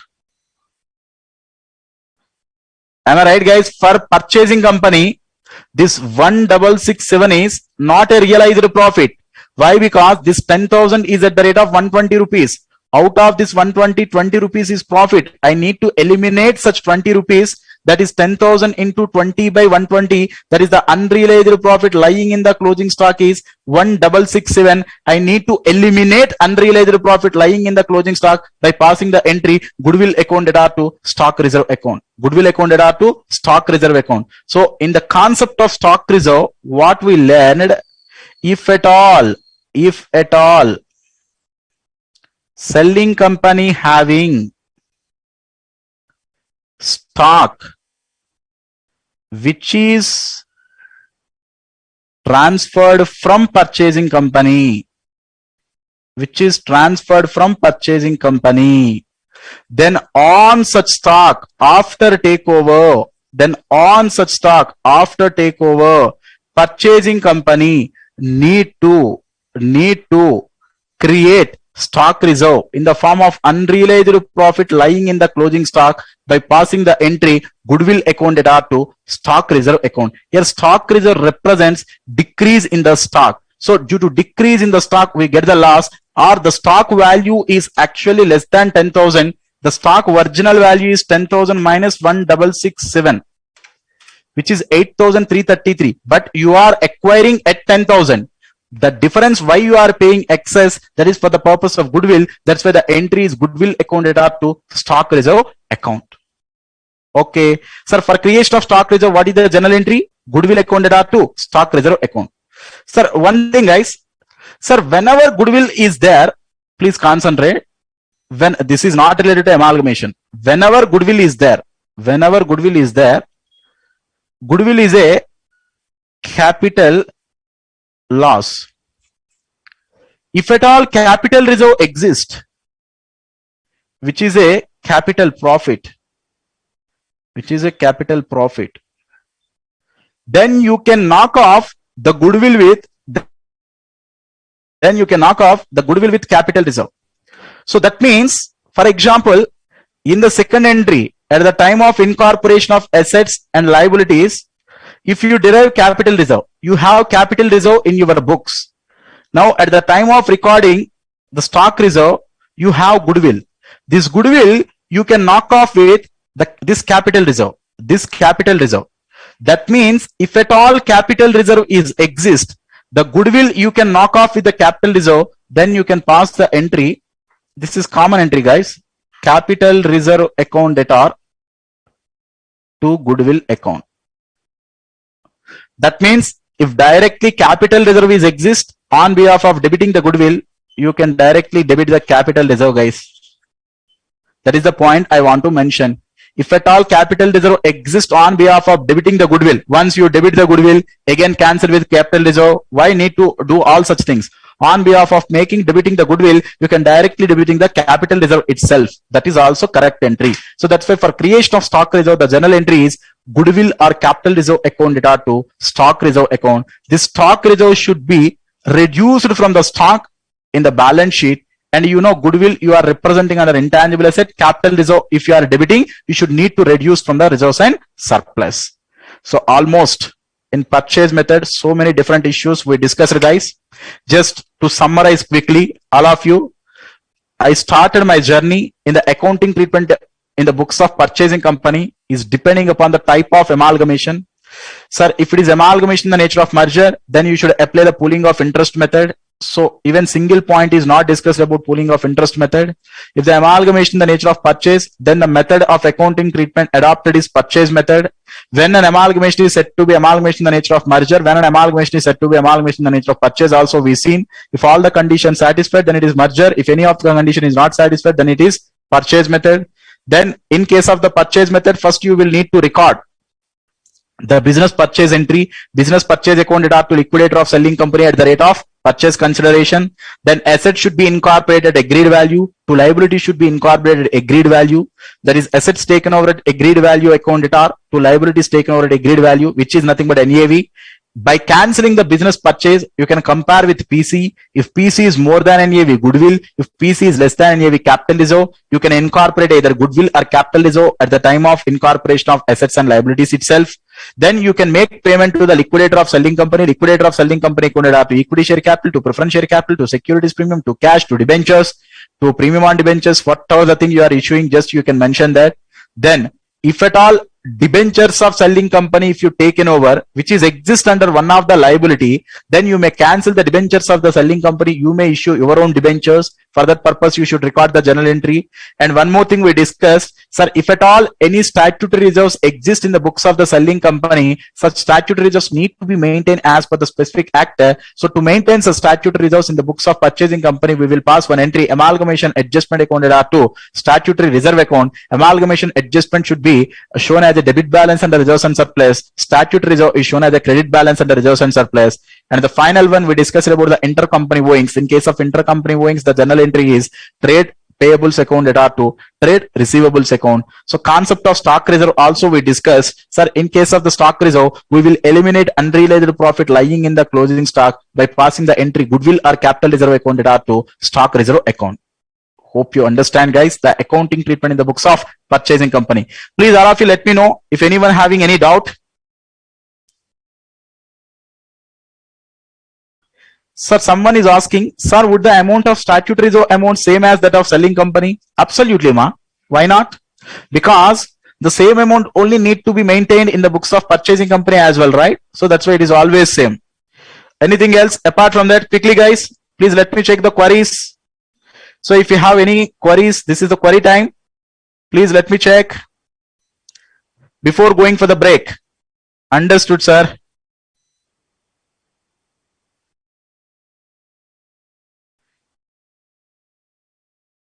Okay. Sir, then an earlier entry number 2, assets taken over entry, we should not consider stock. And we consider that in 6th entry.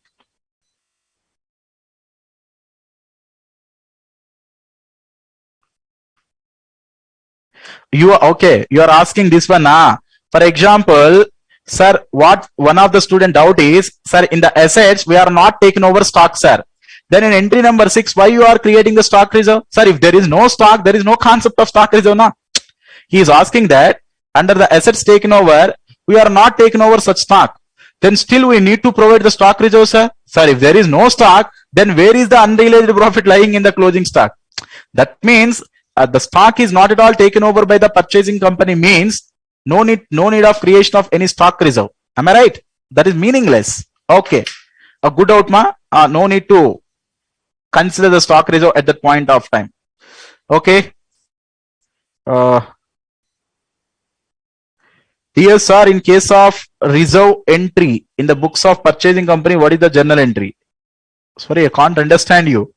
In case of reserve entry, what is the reserve entry? Sorry, ma, you can get back me by writing the clear-cut question. Okay, sir, what is the difference between face value and book value? Sir, face value and book value, you are asking in which sense? I'm in the meaning of share. You know, hope you know the share face value is nothing but the par value. At which price in generally it is quoted on the share is nothing but the face value. Am I right? I think so. You are asking in the sense of asset. In the sense of asset, right? So the question is not clear in your point of view as well. Please come with clear cut question, ma. Okay, it's clear, sir. Everything is clear. Okay, fine, guys. Hope everyone is understood till now what I discussed. So please, all of you can take a short break for 10 minutes. So please, all of you quickly assemble exactly by 9. Still, one or two issues are there.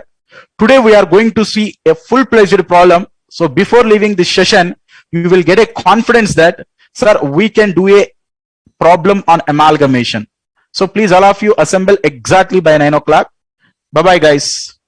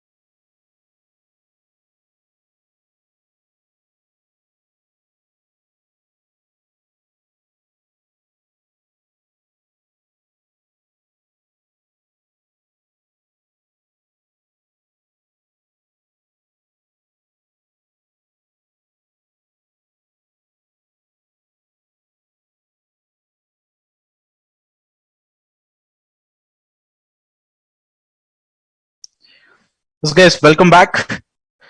Actually, two more queries just now I seen. Let me resolve and we'll discuss further. So someone is asking, sir, after closing the statutory reserve, where we can put that amount? Here you can understand we are not at all touching any cash balance. Here just we are maintaining the statutory reserve for namesake. I mean to say, under the reserves and surplus, we will create one more additional reserve. Whenever there is a requirement of statutory reserve, we are debiting the amalgamation adjustment account. We are not at all touching the any amount. The cash balance is same previously before creation of statutory reserve and after creation of statutory reserve. The cash balance is same. Okay, so just we are creating reserve as well as amalgamation adjustment account to complete the statute. Am I right? So once the time period is elapsed, whatever the maintenance, however we maintain, in the same way just we are make it into the reversal. So statutory reserve account to amalgamation adjustment account, we will just make it a reverse entry. Okay. Next, one more thing. In case of assets, actually there is no word calling face value. We never measure the asset at face value, guys. So we can treat face value is nothing but book value. There is no difference between face value and book value. There is a difference between fair value and book value. Fair value means we can take it as market value, or the exact meaning of fair value is a price which is entered between knowledgeable willingful seller and knowledgeable willingful buyer in an arm's length transaction. Okay, so in generally the best estimate for the fair value is either market price or net realizable value.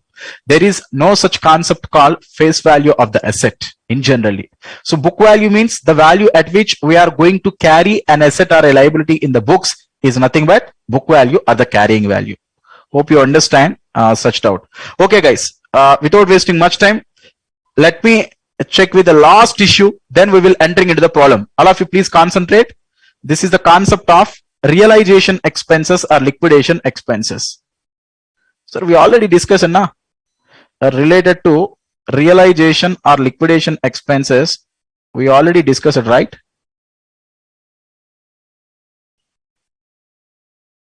Some part, guys, in the books of the selling company, liquidator first key would incur the realization expenses or liquidation expenses only. At the time of incurring of realization expenses, the entry is realization accounted up to cash account. We already seen, right? But here, what I'm going to discuss, accounting treatment in all the books. Accounting treatment in all the books means I'm going to discuss accounting treatment in the books of selling company as well as purchasing company in different situations. The situation number one is realization expenses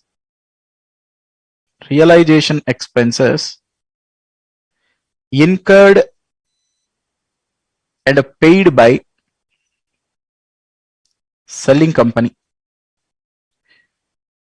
The second situation, initially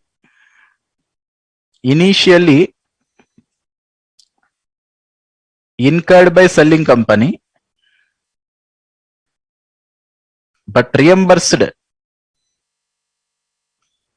by purchasing company later. Initially incurred by selling company but reimbursed by purchasing company later. And the final situation is incurred and paid by purchasing company.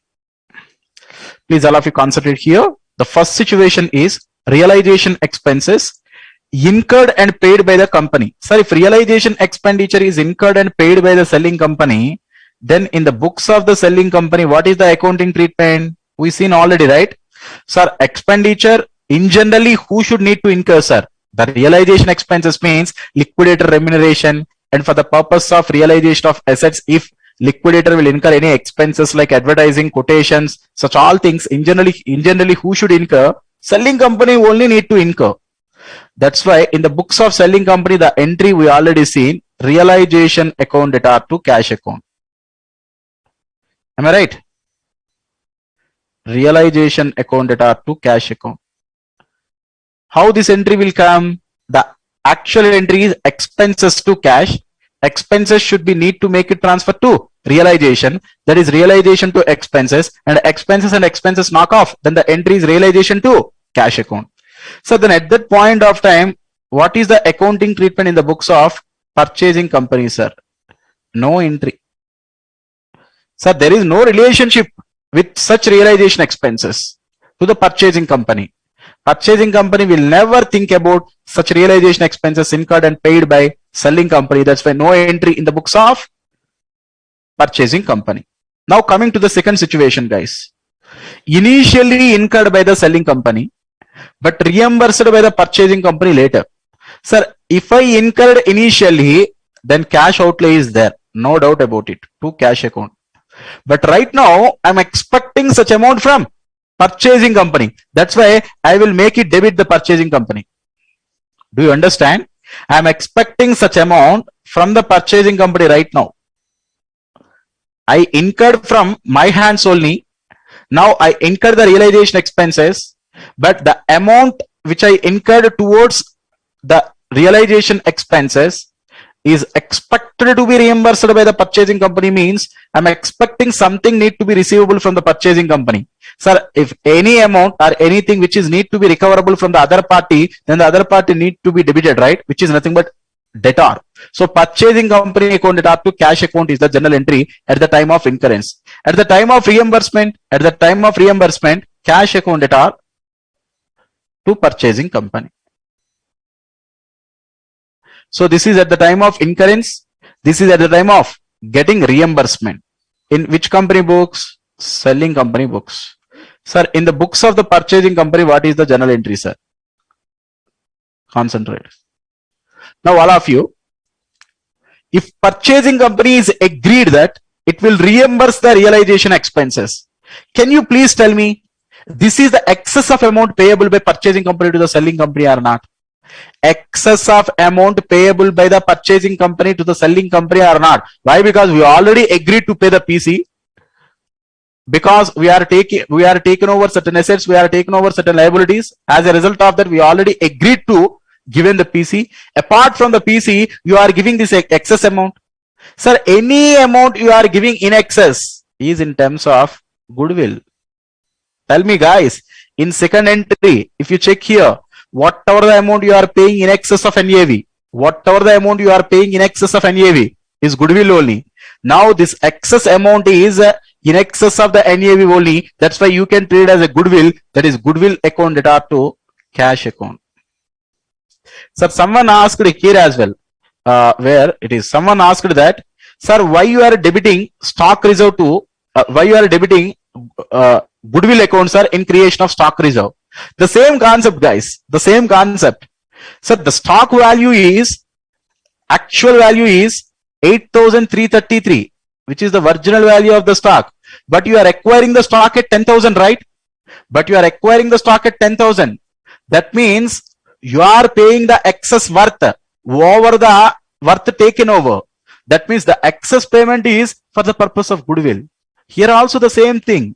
So whenever the goodwill is debited, the concept behind the debiting of goodwill is nothing but excess amount you are paying over the worth you are taking. Now here you are reimbursing the realization expenses, means excess you are paying, that's why you are debiting the goodwill. That is goodwill account debtor to cash account is the journal entry. Next, incurred and paid by the purchasing company. Come to the last situation, guys, all of you. In the books of the selling company, no entry. In the books of the selling company, no entry. Why, sir? Sir, it is totally incurred and paid by the purchasing company, means what is the relation with such realization expenses to the selling company? So it is totally burden of the purchasing company right now. That's why selling company will not pass any journal entry. Then in the books of the purchasing company, the entry is same entry, that is goodwill to cash.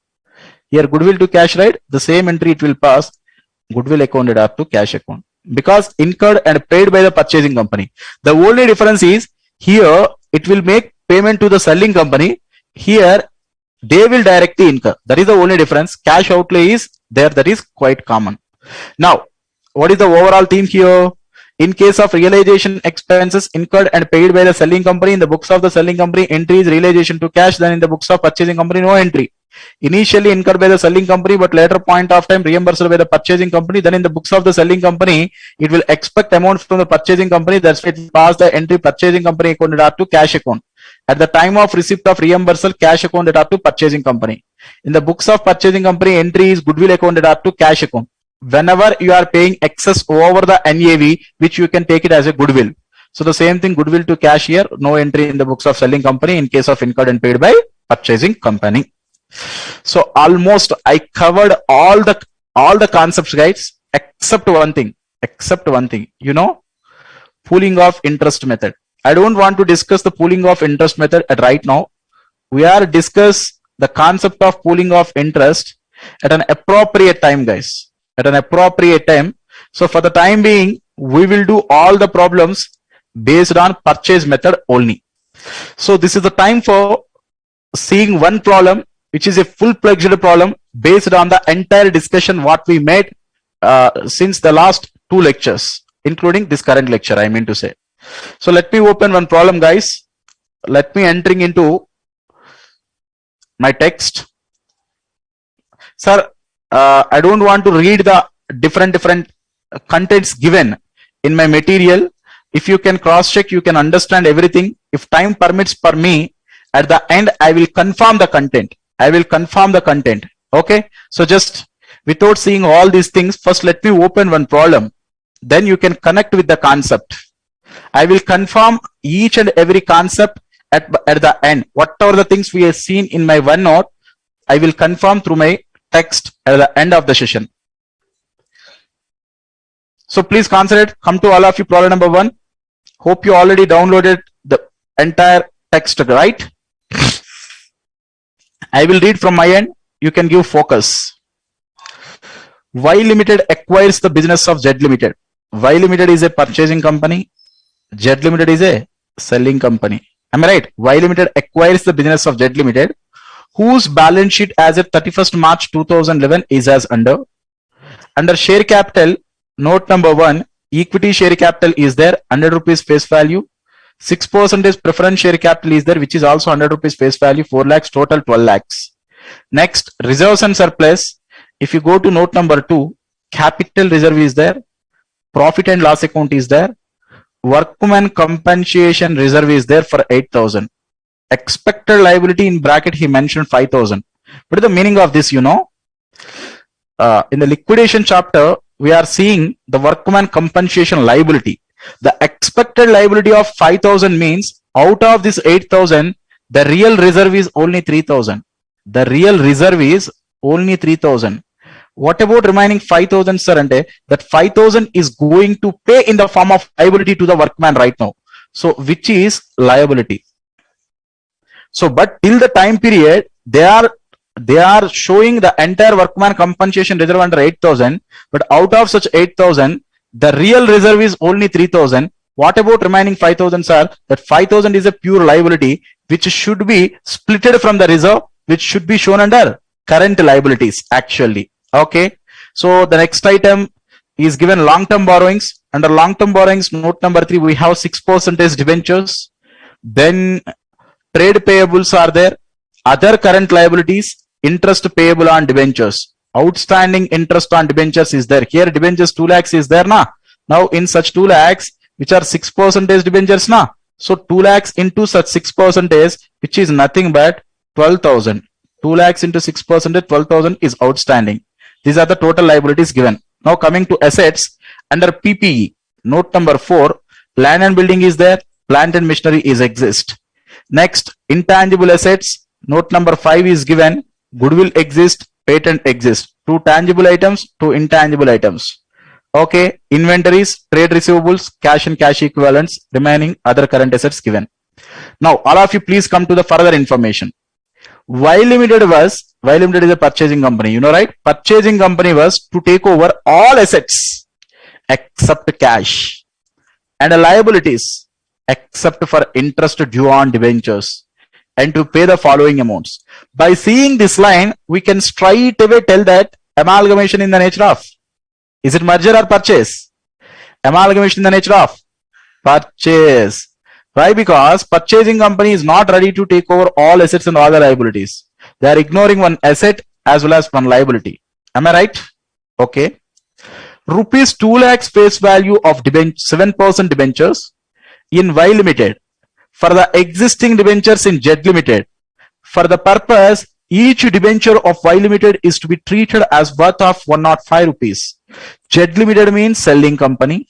Y Limited means purchasing company.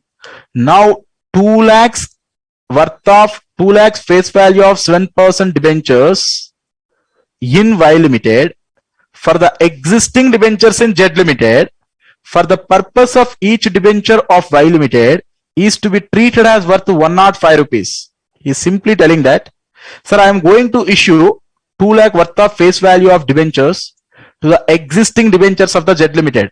But each debenture I am going to issue at 105 rupees. First, how many debentures I am going to issue? 2 lakhs divided by 100 means?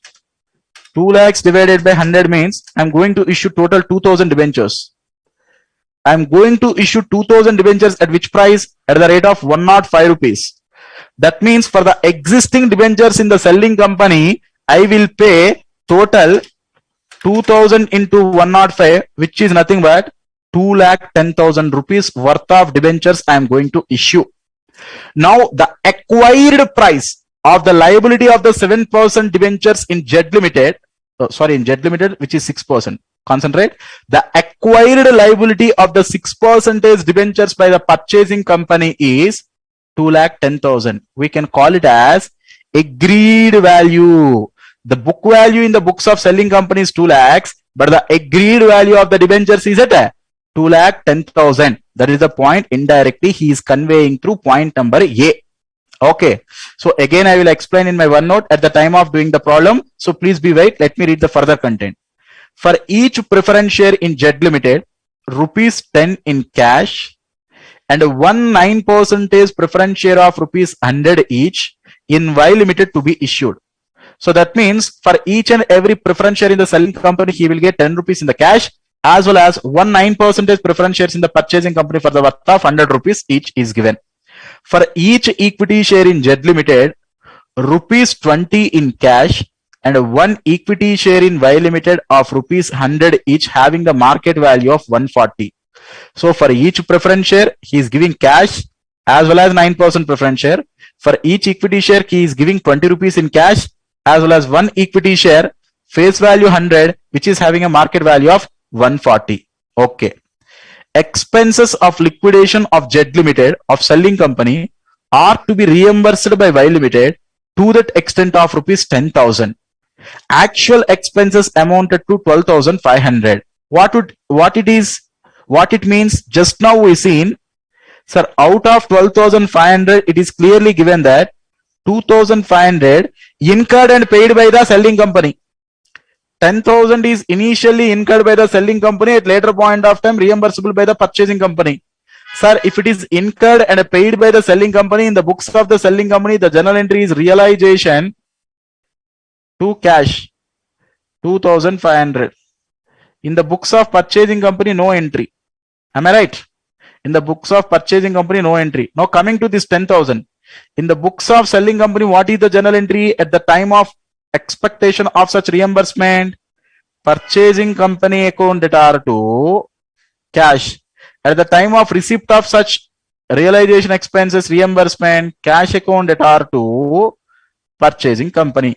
Sir, this is the accounting treatment in the books of selling company. Then what is the accounting treatment in the books of purchasing company with respect to this 10,000? Goodwill account debtor to cash account.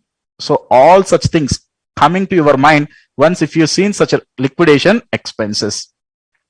Y Limited valued land and building at 5,50,000, plant and machinery at 6,50,000, and patents at 20,000 of Z Limited for the purpose of amalgamation. What are these values, sir?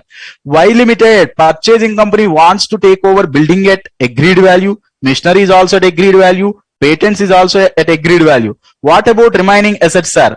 Sir, the remaining assets, if nothing is specified, then purchasing company wants to take over at book value solely, because for certain assets he mentioned agreed value separately. Then if agreed value is not mentioned separately, means purchasing company is ready to take over the remaining assets and liabilities at book value solely. Then what they require?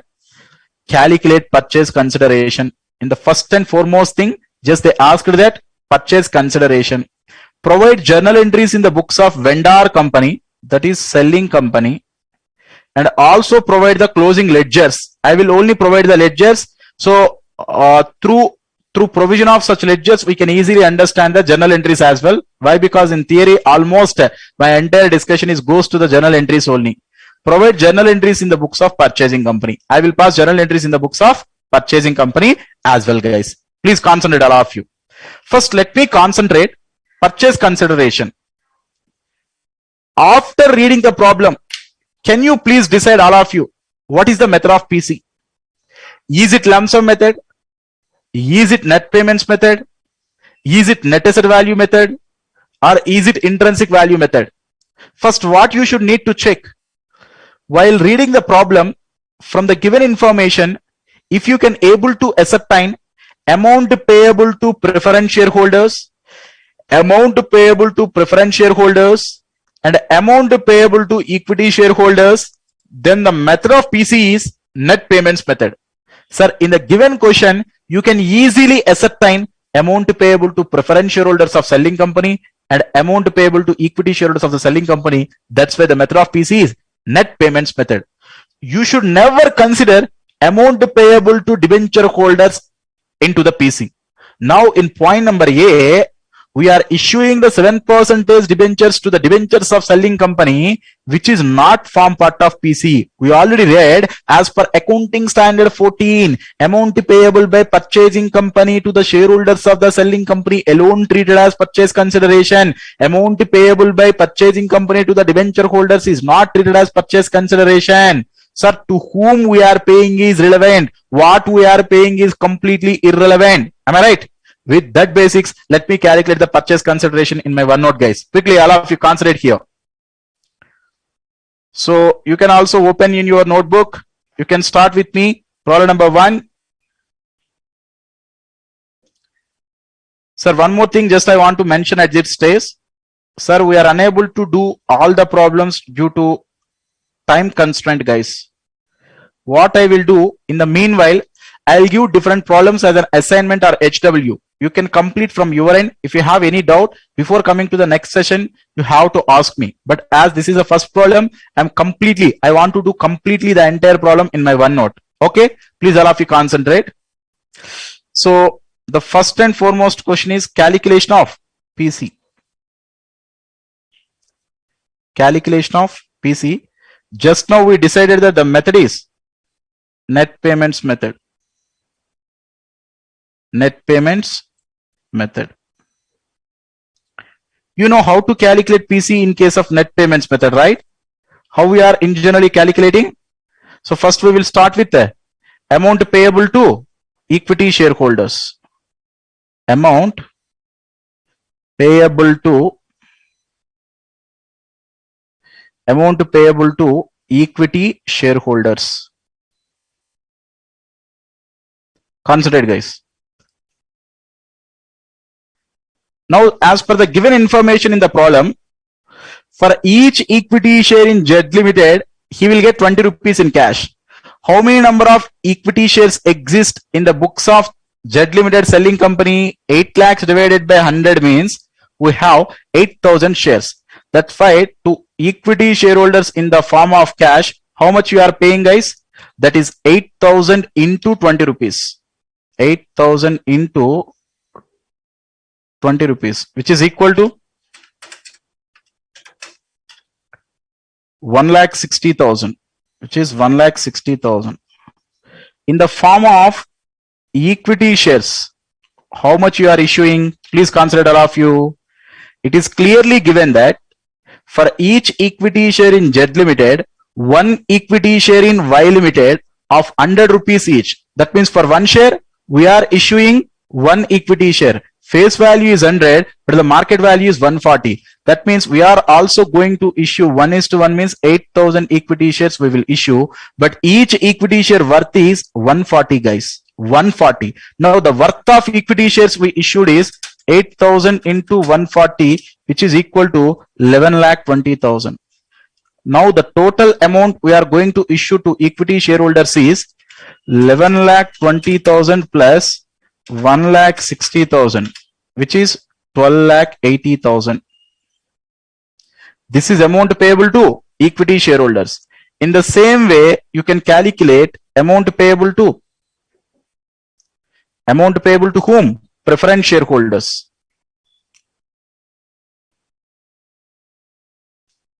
So amount payable to preference shareholders. So please all of you concentrate, guys. Last 5 to 10 minutes of the class. So amount payable to preference shareholders. Sir, in the form of cash, how much to the preference shareholders? For each preference share in Z Limited, 10 rupees in cash. How many preference shareholders exist? 4 lakhs divided by 100 means 4,000. So that means for 4,000 preference shareholders into 10 rupees cash, then how much you will get? Which is equal to 40,000. Next, one more added here, and a 9% preference share of 100 each, which is also issued at 100 rupees. Market value is also 100 each in the Y Limited. That means in the form of preference shares. I mean to say in 9% preference shares. In the form of 9% preference shares, 1:1 ratio. Each preference share issued at 100 rupees. Then how much we are getting? 4 lakhs, right? So total here 4,40,000. Now if you add amount payable to equity shareholders and amount payable to preference shareholders, then you will get the total purchase consideration under net payments method, which is 12,80,000 plus 4,40,000, which is equal to 17,20,000 is the purchase consideration. So you can mention here particulars amount rupees. This all is about particulars. This is final amount column.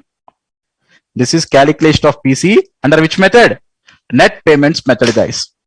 So just out of the 3 questions, we completed question number 1. PC calculation is over. Now I will do one thing, guys. All of you please concentrate. I will open the relevant ledgers in the selling company books. We will complete the accounting treatment in the books of selling company as well as accounting treatment in the books of purchasing company in the next lecture. But I will open all the accounts. Can you please tell me what are the relevant ledgers should be required in the books of selling company? We already seen 5-step approach, right? Now in the books of selling company, that selling company is Z Limited. So we need to open realization account, right? Anyway, we need to open realization account. So one account is realization account. Yes, please concentrate. Yeah. One more thing, guys. One more thing. Apart from the realization account, some of the assets or liabilities not taken over by the Y Limited. What are such assets? Cash is not taken over, right? So we need to open separately, no doubt about it, cash account. And one more thing, outstanding interest on debentures is also not taken over by purchasing company. You can open separately. So this is cash account. This is outstanding debentures interest account. Okay, fine. Sir, at the time of dismantling the balance sheet, equity, share capital and reserves and surplus, we may transfer to equity shareholders account. Na? That's why you can open equity shareholders account. You can open equity shareholders account. You can also open preference shareholders account as well, guys. Because preference share capital is also there in the selling company. So you can open preference shareholders account.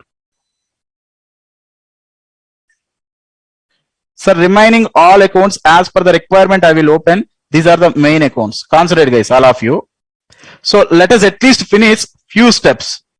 So please all of you wait for 5 minutes. So don't be log out. Just let me explain few steps at least.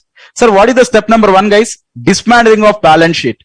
In dismantling of balance sheet, what we are in generally do, assets and liabilities which are taken over by the purchasing company should be closed and transferred to realization account at book values. Now in the realization account, two sundry assets taken over. Two sundry assets taken over. So two sundry assets taken over means in generally each and every individual asset you need to record. But I don't want to record right now. I will put a consolidated figure. Sir, I am taking over, I am taking all the assets except cash. The total asset worth 16,90,000. 16,90,000 minus 70,000. How much worth, guys? How much worth of book value of the asset I am taking over? That is all the assets and liabilities which are taken over by the purchasing company, closed and transferred to realization account means the worth is 16 lakh 20,000, right? Yes, which is 16 lakh 20,000. Sir, but in the examination, you should not write like this. You should individually record each and every asset. PPE, intangible asset, inventories, trade receivables, cash and cash equivalents. In PPE also different assets are there. Plant and machinery, building. Separately you need to record, but due to time constraint, just I made the total figure. In the same way, if you put the sundry liabilities, the liabilities which are taken over by the purchasing company, closed and transferred to realization account at book values. Now you are taken over all the liabilities, guys, except this 12,000. All the liabilities means here only two liabilities are there. One is long-term borrowings, another one is trade payables. These are only the outside liabilities. 2 lakhs plus 1,20,000 is 3,20,000. Cash account, you can put two balance brought down. So the asset which is not taken over by the purchasing company, you can open separately. The liability which is not taken over by the purchasing company, you can open separately, 12,000. Now the balance in share capital, that is 7 lakhs for equity share capital. How much? 8 lakhs, sorry. The equity share capital is 8 lakhs transferred to equity shareholders account. 4 lakhs you can transfer to preference shareholders account.